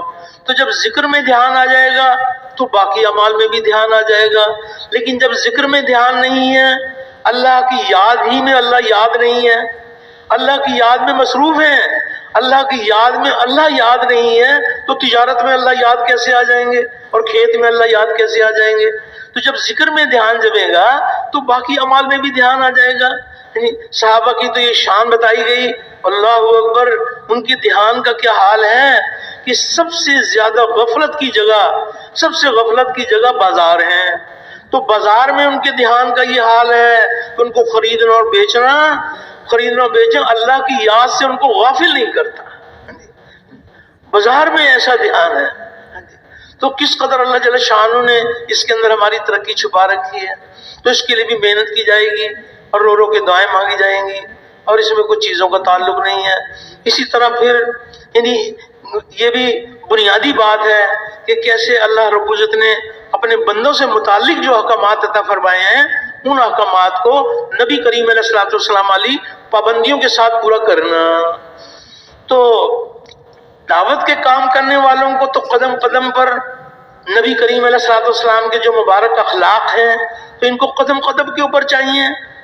وہ بہت ساری اس میں چیزیں ایسی ہیں جس میں مال کی ضرورت ہی نہیں ہے، مال کی ضرورت نہیں ہے۔ ماں باپ کو محبت کی نگاہ سے دیکھا تو کوئی مال کی ضرورت نہیں ہے، حج عمرے کا ثواب اللہ کے خزانوں سے مل گیا۔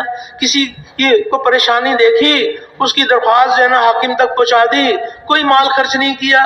بہت ساری چیزیں ایسی ہیں جس میں مال کی ضرورت نہیں ہے، اور اگر اللہ نے مال دیا ہے تو مال بھی اللہ کے احکامات پہ خرچ کریں گے، اللہ کے احکامات پر خرچ کریں گے۔ تو اس لیے یہ گزارش کی جا رہی ہے کہ بندوں سے متعلق جو احکامات ہیں، یعنی وہ احکامات یعنی جہاں آخرت کی بڑی کامیابی کا ذریعہ ہے، وہ دنیا ہی میں پاکیزہ معاشرہ قائم ہونے کا ذریعہ ہے۔ کہ اللہ نے جو احکامات عطا فرمائے وہ دلوں کو جوڑ دیتے ہیں، بندوں سے متعلق جو احکامات ہیں وہ دلوں کے جوڑ کا ذریعہ ہیں۔ جب احکامات نہیں ہوں گے تو دل آپس میں پھٹے ہوئے ہوں گے، احکامات پر چلیں گے تو دل آپس میں جڑے ہوئے ہوں گے۔ احکامات اللہ پاک نے ایسے مبارک عطا فرمائے۔ اب گھر میں سب کی عمر برابر کی نہیں ہے، کوئی عمر میں چھوٹے ہیں، کوئی بڑے ہیں۔ چھوٹوں کو اللہ پاک نے وہ حکم دیا ہے بڑوں کے بارے میں، اگر چھوٹے بڑوں کے بارے میں اللہ کا حکم پورا کریں تو بڑے خوشحال ہو جائیں، چھوٹوں کا دین بن جائے اور بڑے بڑے خوشحال ہو جائیں۔ چھوٹوں کا دین بڑوں کی خوشحالی کا ذریعہ۔ بڑے تو چاہتے یہی ہیں کہ چھوٹے ہمارا ادب کریں، یہ اللہ کا حکم سمجھ کے ادب کر رہے ہیں، اور بڑے جو ہے نا بڑوں کو خوشحالی مل رہی ہے۔ بڑوں کی تو چاہت ہی یہی ہے، جو بڑوں کی چاہت ہے وہ اللہ نے چھوٹوں کا دین بنا دیا، اور جو چھوٹوں کی چاہت ہے وہ اللہ نے بڑوں کا دین بنا دیا۔ بڑوں کو کیا حکم ہے کہ وہ چھوٹوں کے ساتھ شفقت سے پیش آئیں، محبت سے پیش آئیں، تو چھوٹے تو چاہتے ہی یہی ہیں کہ بڑے ہمارے ساتھ شفقت سے پیش آئیں۔ بڑوں نے اللہ کا حکم پورا کیا، چھوٹے جو ہے نا چھوٹے خوش ہو گئے۔ بڑوں کا دین چھوٹوں کی خوشحالی کا ذریعہ، اور چھوٹوں کا دین بڑوں کی خوشحالی کا ذریعہ۔ حاکم کا دین عوام کی خوشحالی کا ذریعہ، اور عوام کا دین حاکم کی خوشحالی کا ذریعہ۔ عوام کو یہ حکم ہے کہ اپنے جو حاکم ہیں ان کی تم اطاعت کرو۔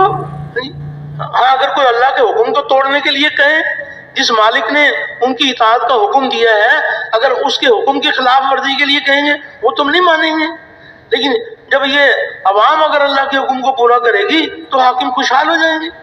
اور حاکم جو عوام کے بارے میں اللہ کا حکم پورا کریں گے تو کس قدر اللہ کی رحمتوں کے دروازے کھلیں گے۔ کتنے احکامات ہیں، یعنی یہاں تک بھی ہے وہ حاکم جن کے سامنے آخرت ہے، آخرت ان کے سامنے ہے، تو یہ بات سوچتے ہیں کہ اگر ہماری رعایا میں اگر پیاس سے کتا بھی مر گیا تو آخرت میں ہمارا کیا ہوگا۔ تو جو ایک جانور کے بارے میں کتنے فکر مند ہیں وہ اللہ کے بندوں پر کتنے مہربان ہوں گے۔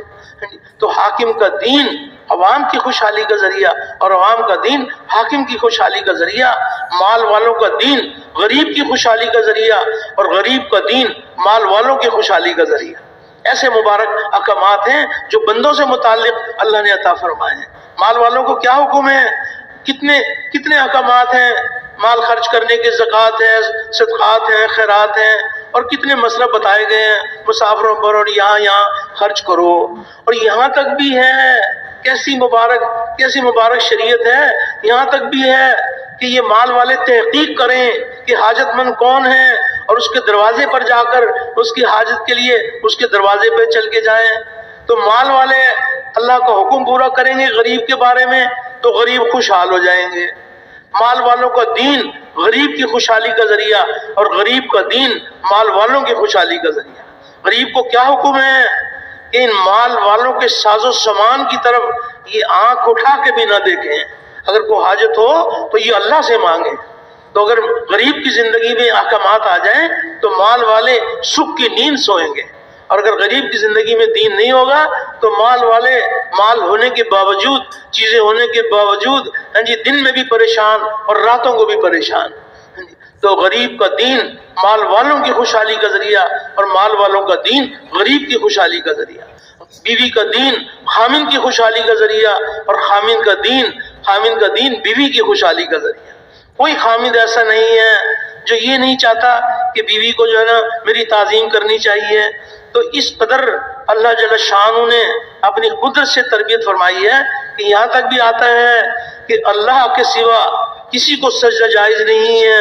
اگر سجدہ جائز ہوتا تو بیوی کو یہ حکم ہوتا کہ خامن کو سجدہ کرے، اتنی تعظیم سکھا دی۔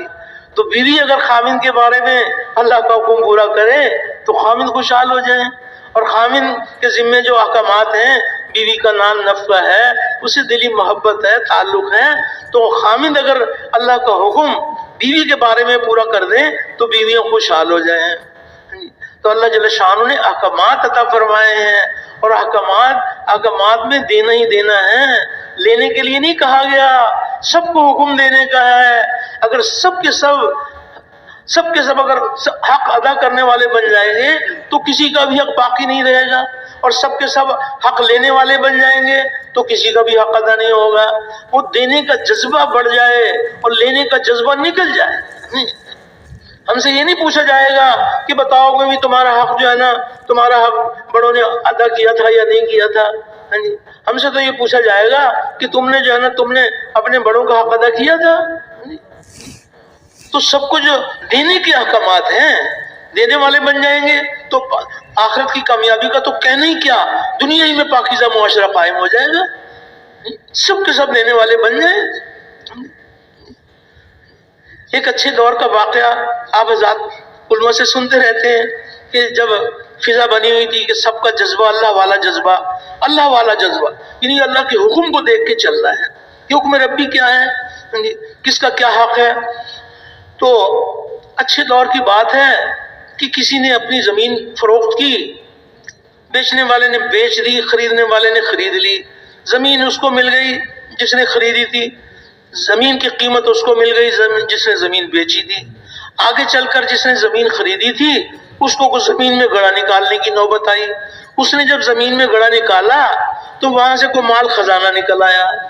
اب جب مال خزانہ نکل آیا تو دینے کا جذبہ، اللہ والا جذبہ، اس نے پھر سوچا کہ بھئی یہ میں نے ان سے زمین خریدی ہے، یہ مال خزانہ تو میں نے خریدا ہی نہیں ہے، تو میرا اس سے کیا تعلق ہے۔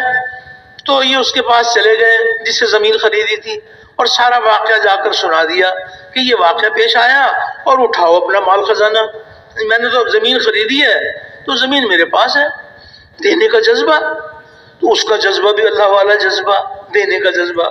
اس نے کہا بھائی بات یہ ہے کہ میں نے آپ کے ہاتھ زمین فروخت کر دی، اب اس میں سے مٹی نکلے یا سونا، میرا اس سے کیا تعلق ہے، میں تو نہیں لوں گا۔ تو اب دونوں کا آپس کے اندر نہیں یہ فساد نہیں ہے کہ وہ بھی لینا چاہتا ہے، وہ بھی لینا چاہتا ہے، نہیں، وہ اسے دینا چاہتا ہے اور وہ اسے دینا چاہتا ہے۔ تو اچھا بھی چلو پھر قاضی صاحب کی خدمت میں حاضر ہو جائیں، تو جو بھی فیصلہ ہو جائے، آپس میں اگر کوئی بات نہیں ہوتی تو چلو بھی قاضی صاحب کے پاس۔ قاضی صاحب بھی اللہ والے، وہ بھی اللہ والے، کوئی ایسے کوئی برے دور کی بات ہوتی تو وہ بھی کہتے بھی نہ تمہارا سرکار کو جمع کراؤ، یہ سارے قدیمہ ہے یہ، تو وہ بھی اللہ والے۔ تو انہوں نے دونوں کی بات سن کے فرمایا کہ چلو بھائی بات تو سمجھ میں آ گئی، تب تم یہ بتاؤ کہ دونوں میں سے کسی کی بیٹی ہے؟ ایک نے کہا کہ ہاں میری بیٹی ہے۔ دوسرے سے پوچھا بھی تمہارا بیٹا ہے؟ اس نے کہا کہ ہاں میرا بیٹا ہے۔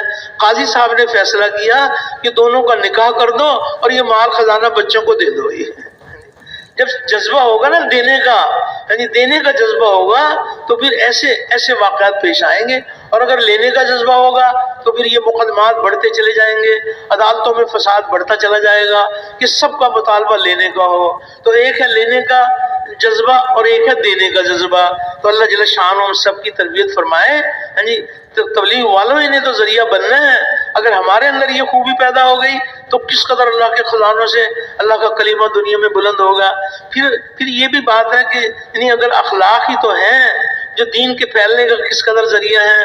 اس وقت بہت زیادہ تفصیل کا تو موقع نہیں ہے، لیکن اتنی گزارش ہے کہ آپ وہ واقعات دیکھیں کہ ہمارے نبی کریم علیہ الصلوۃ والسلام، صحابہ کرام رضوان اللہ علیہم اجمعین نے وہ کیسے کیسے اخلاق کا مظاہرہ کیا کہ وہ لوگ کہ جنہوں نے قسمیں کھا رکھی تھیں، جو کہتے تھے کہ ہم پہاڑوں سے کود کے مر جائیں گے، ہم سمندروں میں چھلانگ لگا کے مر جائیں گے، لیکن دین اسلام قبول نہیں کریں گے.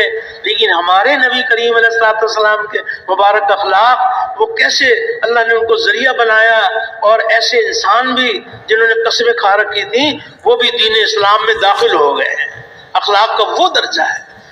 فتح مکہ کے موقع پر اللہ رب العزت نے وہ دن دکھا دیا کہ آج فاتح بن کر مکہ میں داخل ہوئے. اب جس کی چاہے گردن اڑا دیں، جس کو چاہے ساری زندگی جنہوں نے دکھ پہنچائے تھے اور تکلیفیں پہنچائی تھی، آج فاتح بن کر داخل ہو گئے. جو چاہے ان کے ساتھ جو ہے نا ان کے ساتھ سلوک کرو. لیکن اس وقت میں ہمارے نبی کریم علیہ الصلوۃ والسلام نے کیسا نمونہ پیش کیا کہ قیامت تک کے لیے ہمارے لیے ایک راستہ بتا دیا کہ دیکھو اخلاق کے ذریعے سے کتنا دین دنیا میں داخل ہوگا. کسی نے کہا، آواز لگائی کہ آج تو مکے والوں کی بوٹی بوٹی کرنے کا دن ہے. نبی کریم علیہ الصلوۃ والسلام نے ارشاد فرمایا کہ نہیں، آج ان پر رحم کرنے کا دن ہے. میں ان کے ساتھ وہ سلوک کروں گا جو یوسف علیہ السلام نے اپنے بھائیوں کے ساتھ سلوک کیا تھا، وہ سلوک کرو. ابو سفیان رضی اللہ تعالیٰ عنہ کے بارے میں مشورہ چل رہا ہے کہ بھئی یہ قوم کے سردار ہیں تو یہ بھی اسلام میں داخل ہو جائے. تو کہا بھئی یہ سردار ہیں تو ان کو بلایا جائے، ان کو کوئی خاص اکرام کیا جائے تاکہ یہ بھی دائرہ اسلام میں داخل ہو جائے. نبی کریم علیہ الصلوۃ والسلام نے ارشاد فرمایا کہ ان کو بلاؤ. تو ان کو بلایا گیا، حضرت سفیان رضی اللہ عنہ کو. تو جب انہیں بلایا گیا تو نبی کریم علیہ الصلوۃ والسلام نے ان کے اکرام کے طور پر یہ فرمایا کہ جو حرم میں داخل ہو جائے، جو خانہ کعبہ میں داخل ہو جائے اس کو امن. تو یہ بات انہوں نے سنی، ان کا تو گمان تھا کہ آج تو جو ہے نا ہماری بوٹی بوٹی کریں گے، اور آج بھی یہ ہمیں امن کا راستہ دکھا رہے ہیں. تو بڑے متاثر ہوئے اور بڑے ذہین فہیم آدمی تھے. تو پھر کسی اور الفاظ میں کچھ مزید بھی رعایت چاہیے تو نبی کریم علیہ الصلوۃ والسلام نے اور رعایت فرمائی. آپ نے فرمایا کہ جو ابو سفیان کے گھر میں داخل ہو جائے اس کو بھی امن. اور یہ بات سنی تو بھئی یہ تو واقعی کوئی اللہ کے سچے رسول ہیں، اتنا کشادہ سینہ کہ جو میرے گھر میں داخل ہو جائے اس کو بھی امن. تو خیر مزید کسی الفاظ میں رعایت چاہیے تو نبی کریم علیہ الصلوۃ والسلام نے ارشاد فرمایا کہ جو اپنے گھروں کے دروازے بند کر لے اس کو بھی امن. اور یہ بات جو سنی، اللہ کی طرف سے ہدایت کی گھڑی آ گئی اور ابو سفیان بھی رضی اللہ تعالیٰ عنہ بن گئے. کوئی ایک واقعہ تھوڑی ہے. ہندا رضی اللہ تعالیٰ عنہ بن گئی، یعنی اکرمہ رضی اللہ تعالیٰ عنہ بن گئے، وحشی رضی اللہ تعالیٰ عنہ بن گئے. تو اللہ رب العزت ہم سب کی بھی تربیت فرمائے. وہی کام اللہ پاک نے قیامت تک کی امت کو عطا فرمایا ہے. تو اب یہ اللہ رب العزت ہم سب کی تربیت فرمائے کہ کیسے یہ مبارک صفات دن دگنی رات چوگنی ہمارے اندر بڑھتی چلی جائیں، تاکہ اللہ پاک وہ دن دکھا دیں کہ جوک در جوک انسان دائرہ اسلام کے اندر داخل ہوں. تو قدم قدم پر اخلاق کی ضرورت ہے. تخلقوا باخلاق اللہ، یہ فرمایا نبی کریم علیہ الصلوۃ والسلام نے کہ اللہ والے اخلاق اپناؤ، اللہ والے اخلاق اپناؤ. حقیقی اخلاق اللہ کے ہیں اور ہمارے پاس اللہ کی عطا ہے. تو اللہ پاک کھلانے والے ہیں، ہم بھی اللہ کی مخلوق کو کھلائیں گے. اللہ جل شانہ پردہ پوشی کرنے والے ہیں، ہم بھی لوگوں کی پردہ پوشی کریں گے. حق تعالی شانہ معاف کرنے والے ہیں، ہم بھی اللہ کے بندوں کو معاف کریں گے. حضرت علی رضی اللہ تعالیٰ عنہ سے نبی کریم علیہ الصلوۃ والسلام نے ارشاد فرمایا کہ علی میں تجھے اولین اور آخرین کے بہترین اخلاق بتلاؤں. تو انہوں نے عرض کیا کہ یا رسول اللہ صلی اللہ علیہ وسلم ضرور ارشاد فرمائے. آپ نے فرمایا جو تجھے اپنی عطا سے محروم کرے اسے عطا کر، جو تجھ پر ظلم کرے اس کو معاف کر، اور جو قرابت والے تجھ سے رشتہ توڑیں ان سے رشتہ جوڑ. تو اللہ جل شانہ کے ہاں بڑی قدردانی ہے اخلاق والوں کی. تو اس کے لیے یہ بھی اللہ سے مانگنا ہے کہ یا اللہ ہمیں وہ مبارک اخلاق عطا فرما جو ہم ساری دنیا میں دین کے پھیلنے کا ذریعہ بن جائے. تو اور آگے چلیں تو 5واں نمبر ہے بھئی صحیح نیت. تو نیت میں بھی آپ غور فرما لیں کہ دنیا کی چیزیں تو صرف کامیابی کا ذریعہ نہیں بنتی، اس میں تو اعمال بھرنے پڑیں گے. لیکن نہیں، اگر ہم چاہتے ہیں کہ اخلاص کا نور بڑھتا چلا جائے تو ہر عمل سے پہلے رک جائیں، اپنی نیت کو ٹٹول لیں، اپنی نیت کا جائزہ لے لیں اور اپنی نیت کو درست کر لیں۔ عمل کے درمیان میں بھی اپنی نیت کو دیکھ لیں اور درست کر لیں۔ عمل کرنے کے بعد استغفار کہ یا الہی آپ کی شایان شان عمل نہیں ہو سکا، پھر احسان ہے کہ تو اس کو قبول کر لے۔ تو اب اللہ پاک کرم فرما دے کہ نیت کو درست کرنے کے لیے مال کی ضرورت ہے، سونے چاندی کی ضرورت ہے، ڈگری کی ضرورت ہے، کسی چیز کی ضرورت نہیں ہے۔ براہ راست اللہ کی قدرت سے فائدہ کہ جو عمل اللہ کو راضی کرنے کے لیے کیے جاتے ہیں وہ اعمال اللہ پاک ان کو قبول فرماتے ہیں۔ اعمال کی قبولیت کے لیے اخلاص کا ہونا جو ہے نا وہ تو ضروری ہے، تو اس کے لیے کوئی علیحدہ محنت کی ضرورت نہیں ہے، علیحدہ محنت کی ضرورت نہیں ہے۔ بس اتنی بات ہے کہ اخلاص بہت اونچی بات ہے، لیکن ایک طرف اللہ کے وعدے ہیں اور ایک طرف اللہ کو راضی کرنے کا جذبہ ہے۔ تو اعمال پر جو اللہ نے وعدے فرمائے ہیں، اللہ کے وعدوں پر یقین تو ہو، اللہ کے وعدوں پر یقین تو ہو، لیکن نیت نہ ہو، نیت عمل کرنے میں اللہ کو راضی کرنے کے لیے ہو۔ اخلاص کے زور میں آ کر یقین کو نہ کھو بیٹھے اور یقین کے زور میں آ کر اخلاص کو نہ کھو بیٹھے۔ اخلاص اپنی حدود میں رہے اور یقین اپنی حدود میں رہے۔ اللہ کا وعدہ ہے، کوئی حاجت ہے ہماری، ہم نماز پڑھ رہے ہیں، صلاۃ الحاجت ہے، ضرور پڑھ لیں، تو نماز پر اللہ کا وعدہ ہے کہ اللہ پاک حاجت پوری فرمائیں گے، تو اللہ کے وعدوں کا یقین تو ہو لیکن نیت اللہ کو راضی کرنے کے لیے ہو۔ جو بھی عمل کریں گے وہ اللہ کو راضی کرنے کے لیے کریں گے، اور یقین بھی ہے کہ جو اللہ نے وعدہ فرمایا یہ انعام ہمیں ملے گا۔ بعض دفعہ اخلاص کے زور میں اتنے آ گئے کہ نہیں بھائی نہیں، بس ہم تو اللہ کو راضی کرنے کے لیے عمل کرتے ہیں، ہمیں کوئی لالچ نہیں ہے۔ نہیں جناب، جب اللہ رب العزت وعدہ فرما رہے ہیں تو ہم اللہ کے وعدوں کا یقین ہے، تو یقین اپنی حدود میں رہے اور اخلاص اپنی حدود میں رہے۔ اللہ کے وعدے حق ہیں، تو یقین کے زور میں آ کر اخلاص کو نہ کھو بیٹھے اور اخلاص کے زور میں آ کر یقین کو نہ کھو بیٹھے۔ یقین اپنی حدود میں رہے اور اخلاص اپنی حدود میں رہے، تو یہ عمل کے اندر توازن قائم کرنے کے لیے محنت کرنی پڑے گی، پھر عمل میں یہ توازن قائم ہو جائے گا، اللہ کے وعدوں کی یقین بھی ہوگا اور اللہ کو راضی کرنے کی نیت بھی ہوگی۔ تو اس کے لیے بھی کوئی دنیا کی چیزوں کی ضرورت نہیں ہے۔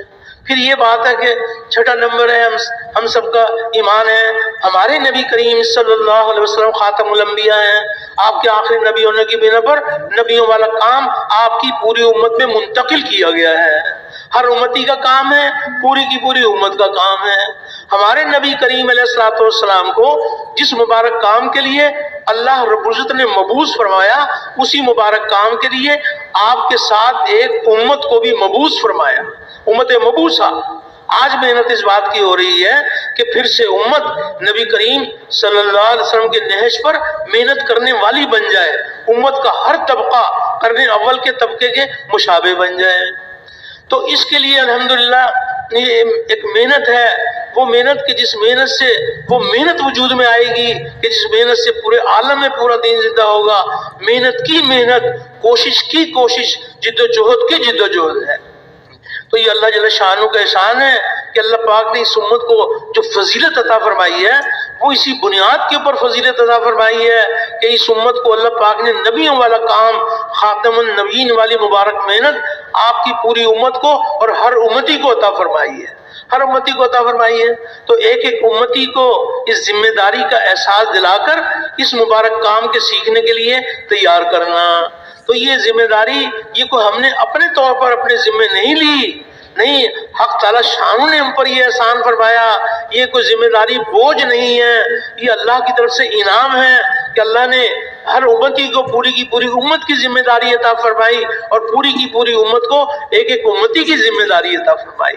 اور ذمہ داری کے بقدر ہی اللہ کی مدد آتی ہے۔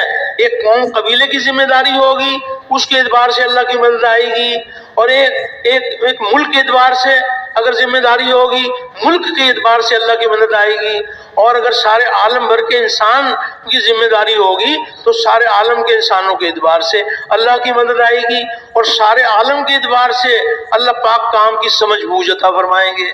سمجھ بوجھ جو ملے گی وہ ذمہ داری کے بقدر ملے گی، ذمہ داری کے بقدر ملے گی۔ جو پوری انسانیت کو کی ذمہ داری کو سمجھتے ہیں، اللہ پاک ان پر یہ کھولیں گے کہ کس ملک کے ذریعے سے اٹھایا جائے، کس قبیلے والوں کو کس قبیلے والوں کے ذریعے سے اٹھایا جائے۔ اللہ پاک چٹائیوں پر بیٹھ کر یہ ساری دنیا کے نقشے بنائیں، اس لیے کہ یہ پوری امت کو سامنے رکھ کر یہ ذمہ داری کا احساس ہوگا تو اللہ پاک یہ سمجھ بوجھ عطا فرمائیں گے۔ سمجھ بوجھ جو ملے گی وہ ذمہ داری کے بقدر ملے گی۔ ایک آدمی ابھی باپ نہیں بنا، بیٹا ہے، تو باپ ہونے کی ذمہ داری بھی اس کو نہیں آتی، اس لیے کہ باپ ہے ہی نہیں، ابھی تو بیٹا ہے، تو بیٹا ہونے کی ذمہ داری کو اس کو احساس ہے، تو اللہ پاک اس کو سمجھ بوجھ دے دیں گے کہ اس کو ماں باپ کے ساتھ کیسے چلنا چاہیے، اس کو سمجھ بوجھ دے دیں گے، کیونکہ اس کو ذمہ داری، وہ سمجھتا ہے کہ میری ذمہ داری ہے، یہ میرے بوڑھے ماں باپ ہے، اللہ اس کو سمجھ بوجھ دے دیں گے، اجر و انعام بھی دے دیں گے۔ اچھا آگے چل کر جو ہے نا، اب یہ جو بیٹا تھا اب یہ باپ بن گیا، اب باپ ہونے کی ذمہ داری آ گئی، تو جب یہ باپ ہونے کی ذمہ داری آ گئی تو اللہ پاک باپ ہونے کی سمجھ بوجھ دیں گے کہ یہ تیرے یہ بیٹے بیٹیاں، اب ان کے ساتھ کیسے چلنا ہے، ان کی تربیت کیسے کرنی ہے، اللہ پاک اس کو یہ سمجھ بوجھ دے دیں گے۔ تو بیٹا ہونے کے زمانے میں باپ ہونے کی سمجھ بوجھ نہیں ملے گی، اس لیے کہ بیٹا ہونے کے زمانے میں کبھی باپ ہونے کی ذمہ داری کو سوچا ہی نہیں، وہ تو ذمہ داری کے بقدر سمجھ بوجھ اللہ پاک عطا فرمائیں گے۔ آگے چل کر یہ دادا نانا بن گئے، ہاں جی، تو اب دادا نانا جب بن گئے تو پھر اللہ پاک یہ سمجھ بوجھ عطا فرمائیں گے کہ تیرے پوتے پوتیاں، یہ نواسے نواسیاں، اب ان کے ساتھ تجھے کیسے چلنا ہے، تو اس کی سمجھ بوجھ دے دیں گے۔ باپ ہونے کے زمانے میں دادا نانا ہونے کی سمجھ بوجھ نہیں ملے گی، تو جب ذمہ داری آ جاتی ہے پھر اللہ پاک اس کی سمجھ بوجھ دے دیتے ہیں، اور اجر و انعام بھی ذمہ داری کے بقدر اجر و انعام ملے گا۔ ایک قوم قبیلے کو سامنے رکھ کے چلیں گے تو اس حساب سے انعام ملے گا، اور پوری امت کو سامنے رکھ کے چلیں گے تو پوری امت کے اعتبار سے اجر و انعام ملے گا۔ تو ہم ادھورا انعام چاہتے ہیں یا پورا انعام چاہتے ہیں؟ تو پورے انعام کے لیے جو پوری ذمہ داری اللہ نے ہمیں یہ ذمہ داری عطا فرمائی ہے، تو ہر امتی کو ذمہ داری کا احساس دلا کر اس مبارک کام کے لیے تیار کرنا۔ تو اس امت کے جتنے فضائل آپ سنیں گے وہ فضائل اس امت کے کام کی بنیاد پر ہے، صرف نام کی وجہ سے نہیں ہے بلکہ کام کی وجہ سے ہے۔ اور اس امت کے آنے سے پہلے ہی، یہ امت ابھی دنیا میں نہیں آئی، اس دنیا میں آنے سے پہلے ہی اللہ پاک نے بعض انبیاء علیہ السلام سے اس امت کے بارے میں فرما دیا کہ اس امت کی کیا فضیلت ہے اور وہ کس بنیاد کے اوپر فضیلت ہے۔ ایک روایت میں آتا ہے کہ اللہ تعالیٰ نے حضرت داؤد علیہ السلام پر یہ وحی فرمائی کہ داؤد تمہارے بعد ان قریب ایک نبی آئے گا جس کا نام احمد اور محمد ہوگا، اور وہ سچے اور سردار ہوں گے، اور میں ان سے کبھی ناراض نہیں ہوں گا اور نہ ہی وہ مجھے کبھی ناراض کریں گے، اور میں نے ان کی اگلی پچھلی تمام لغزشیں کرنے سے پہلے ہی معاف کرتی ہیں۔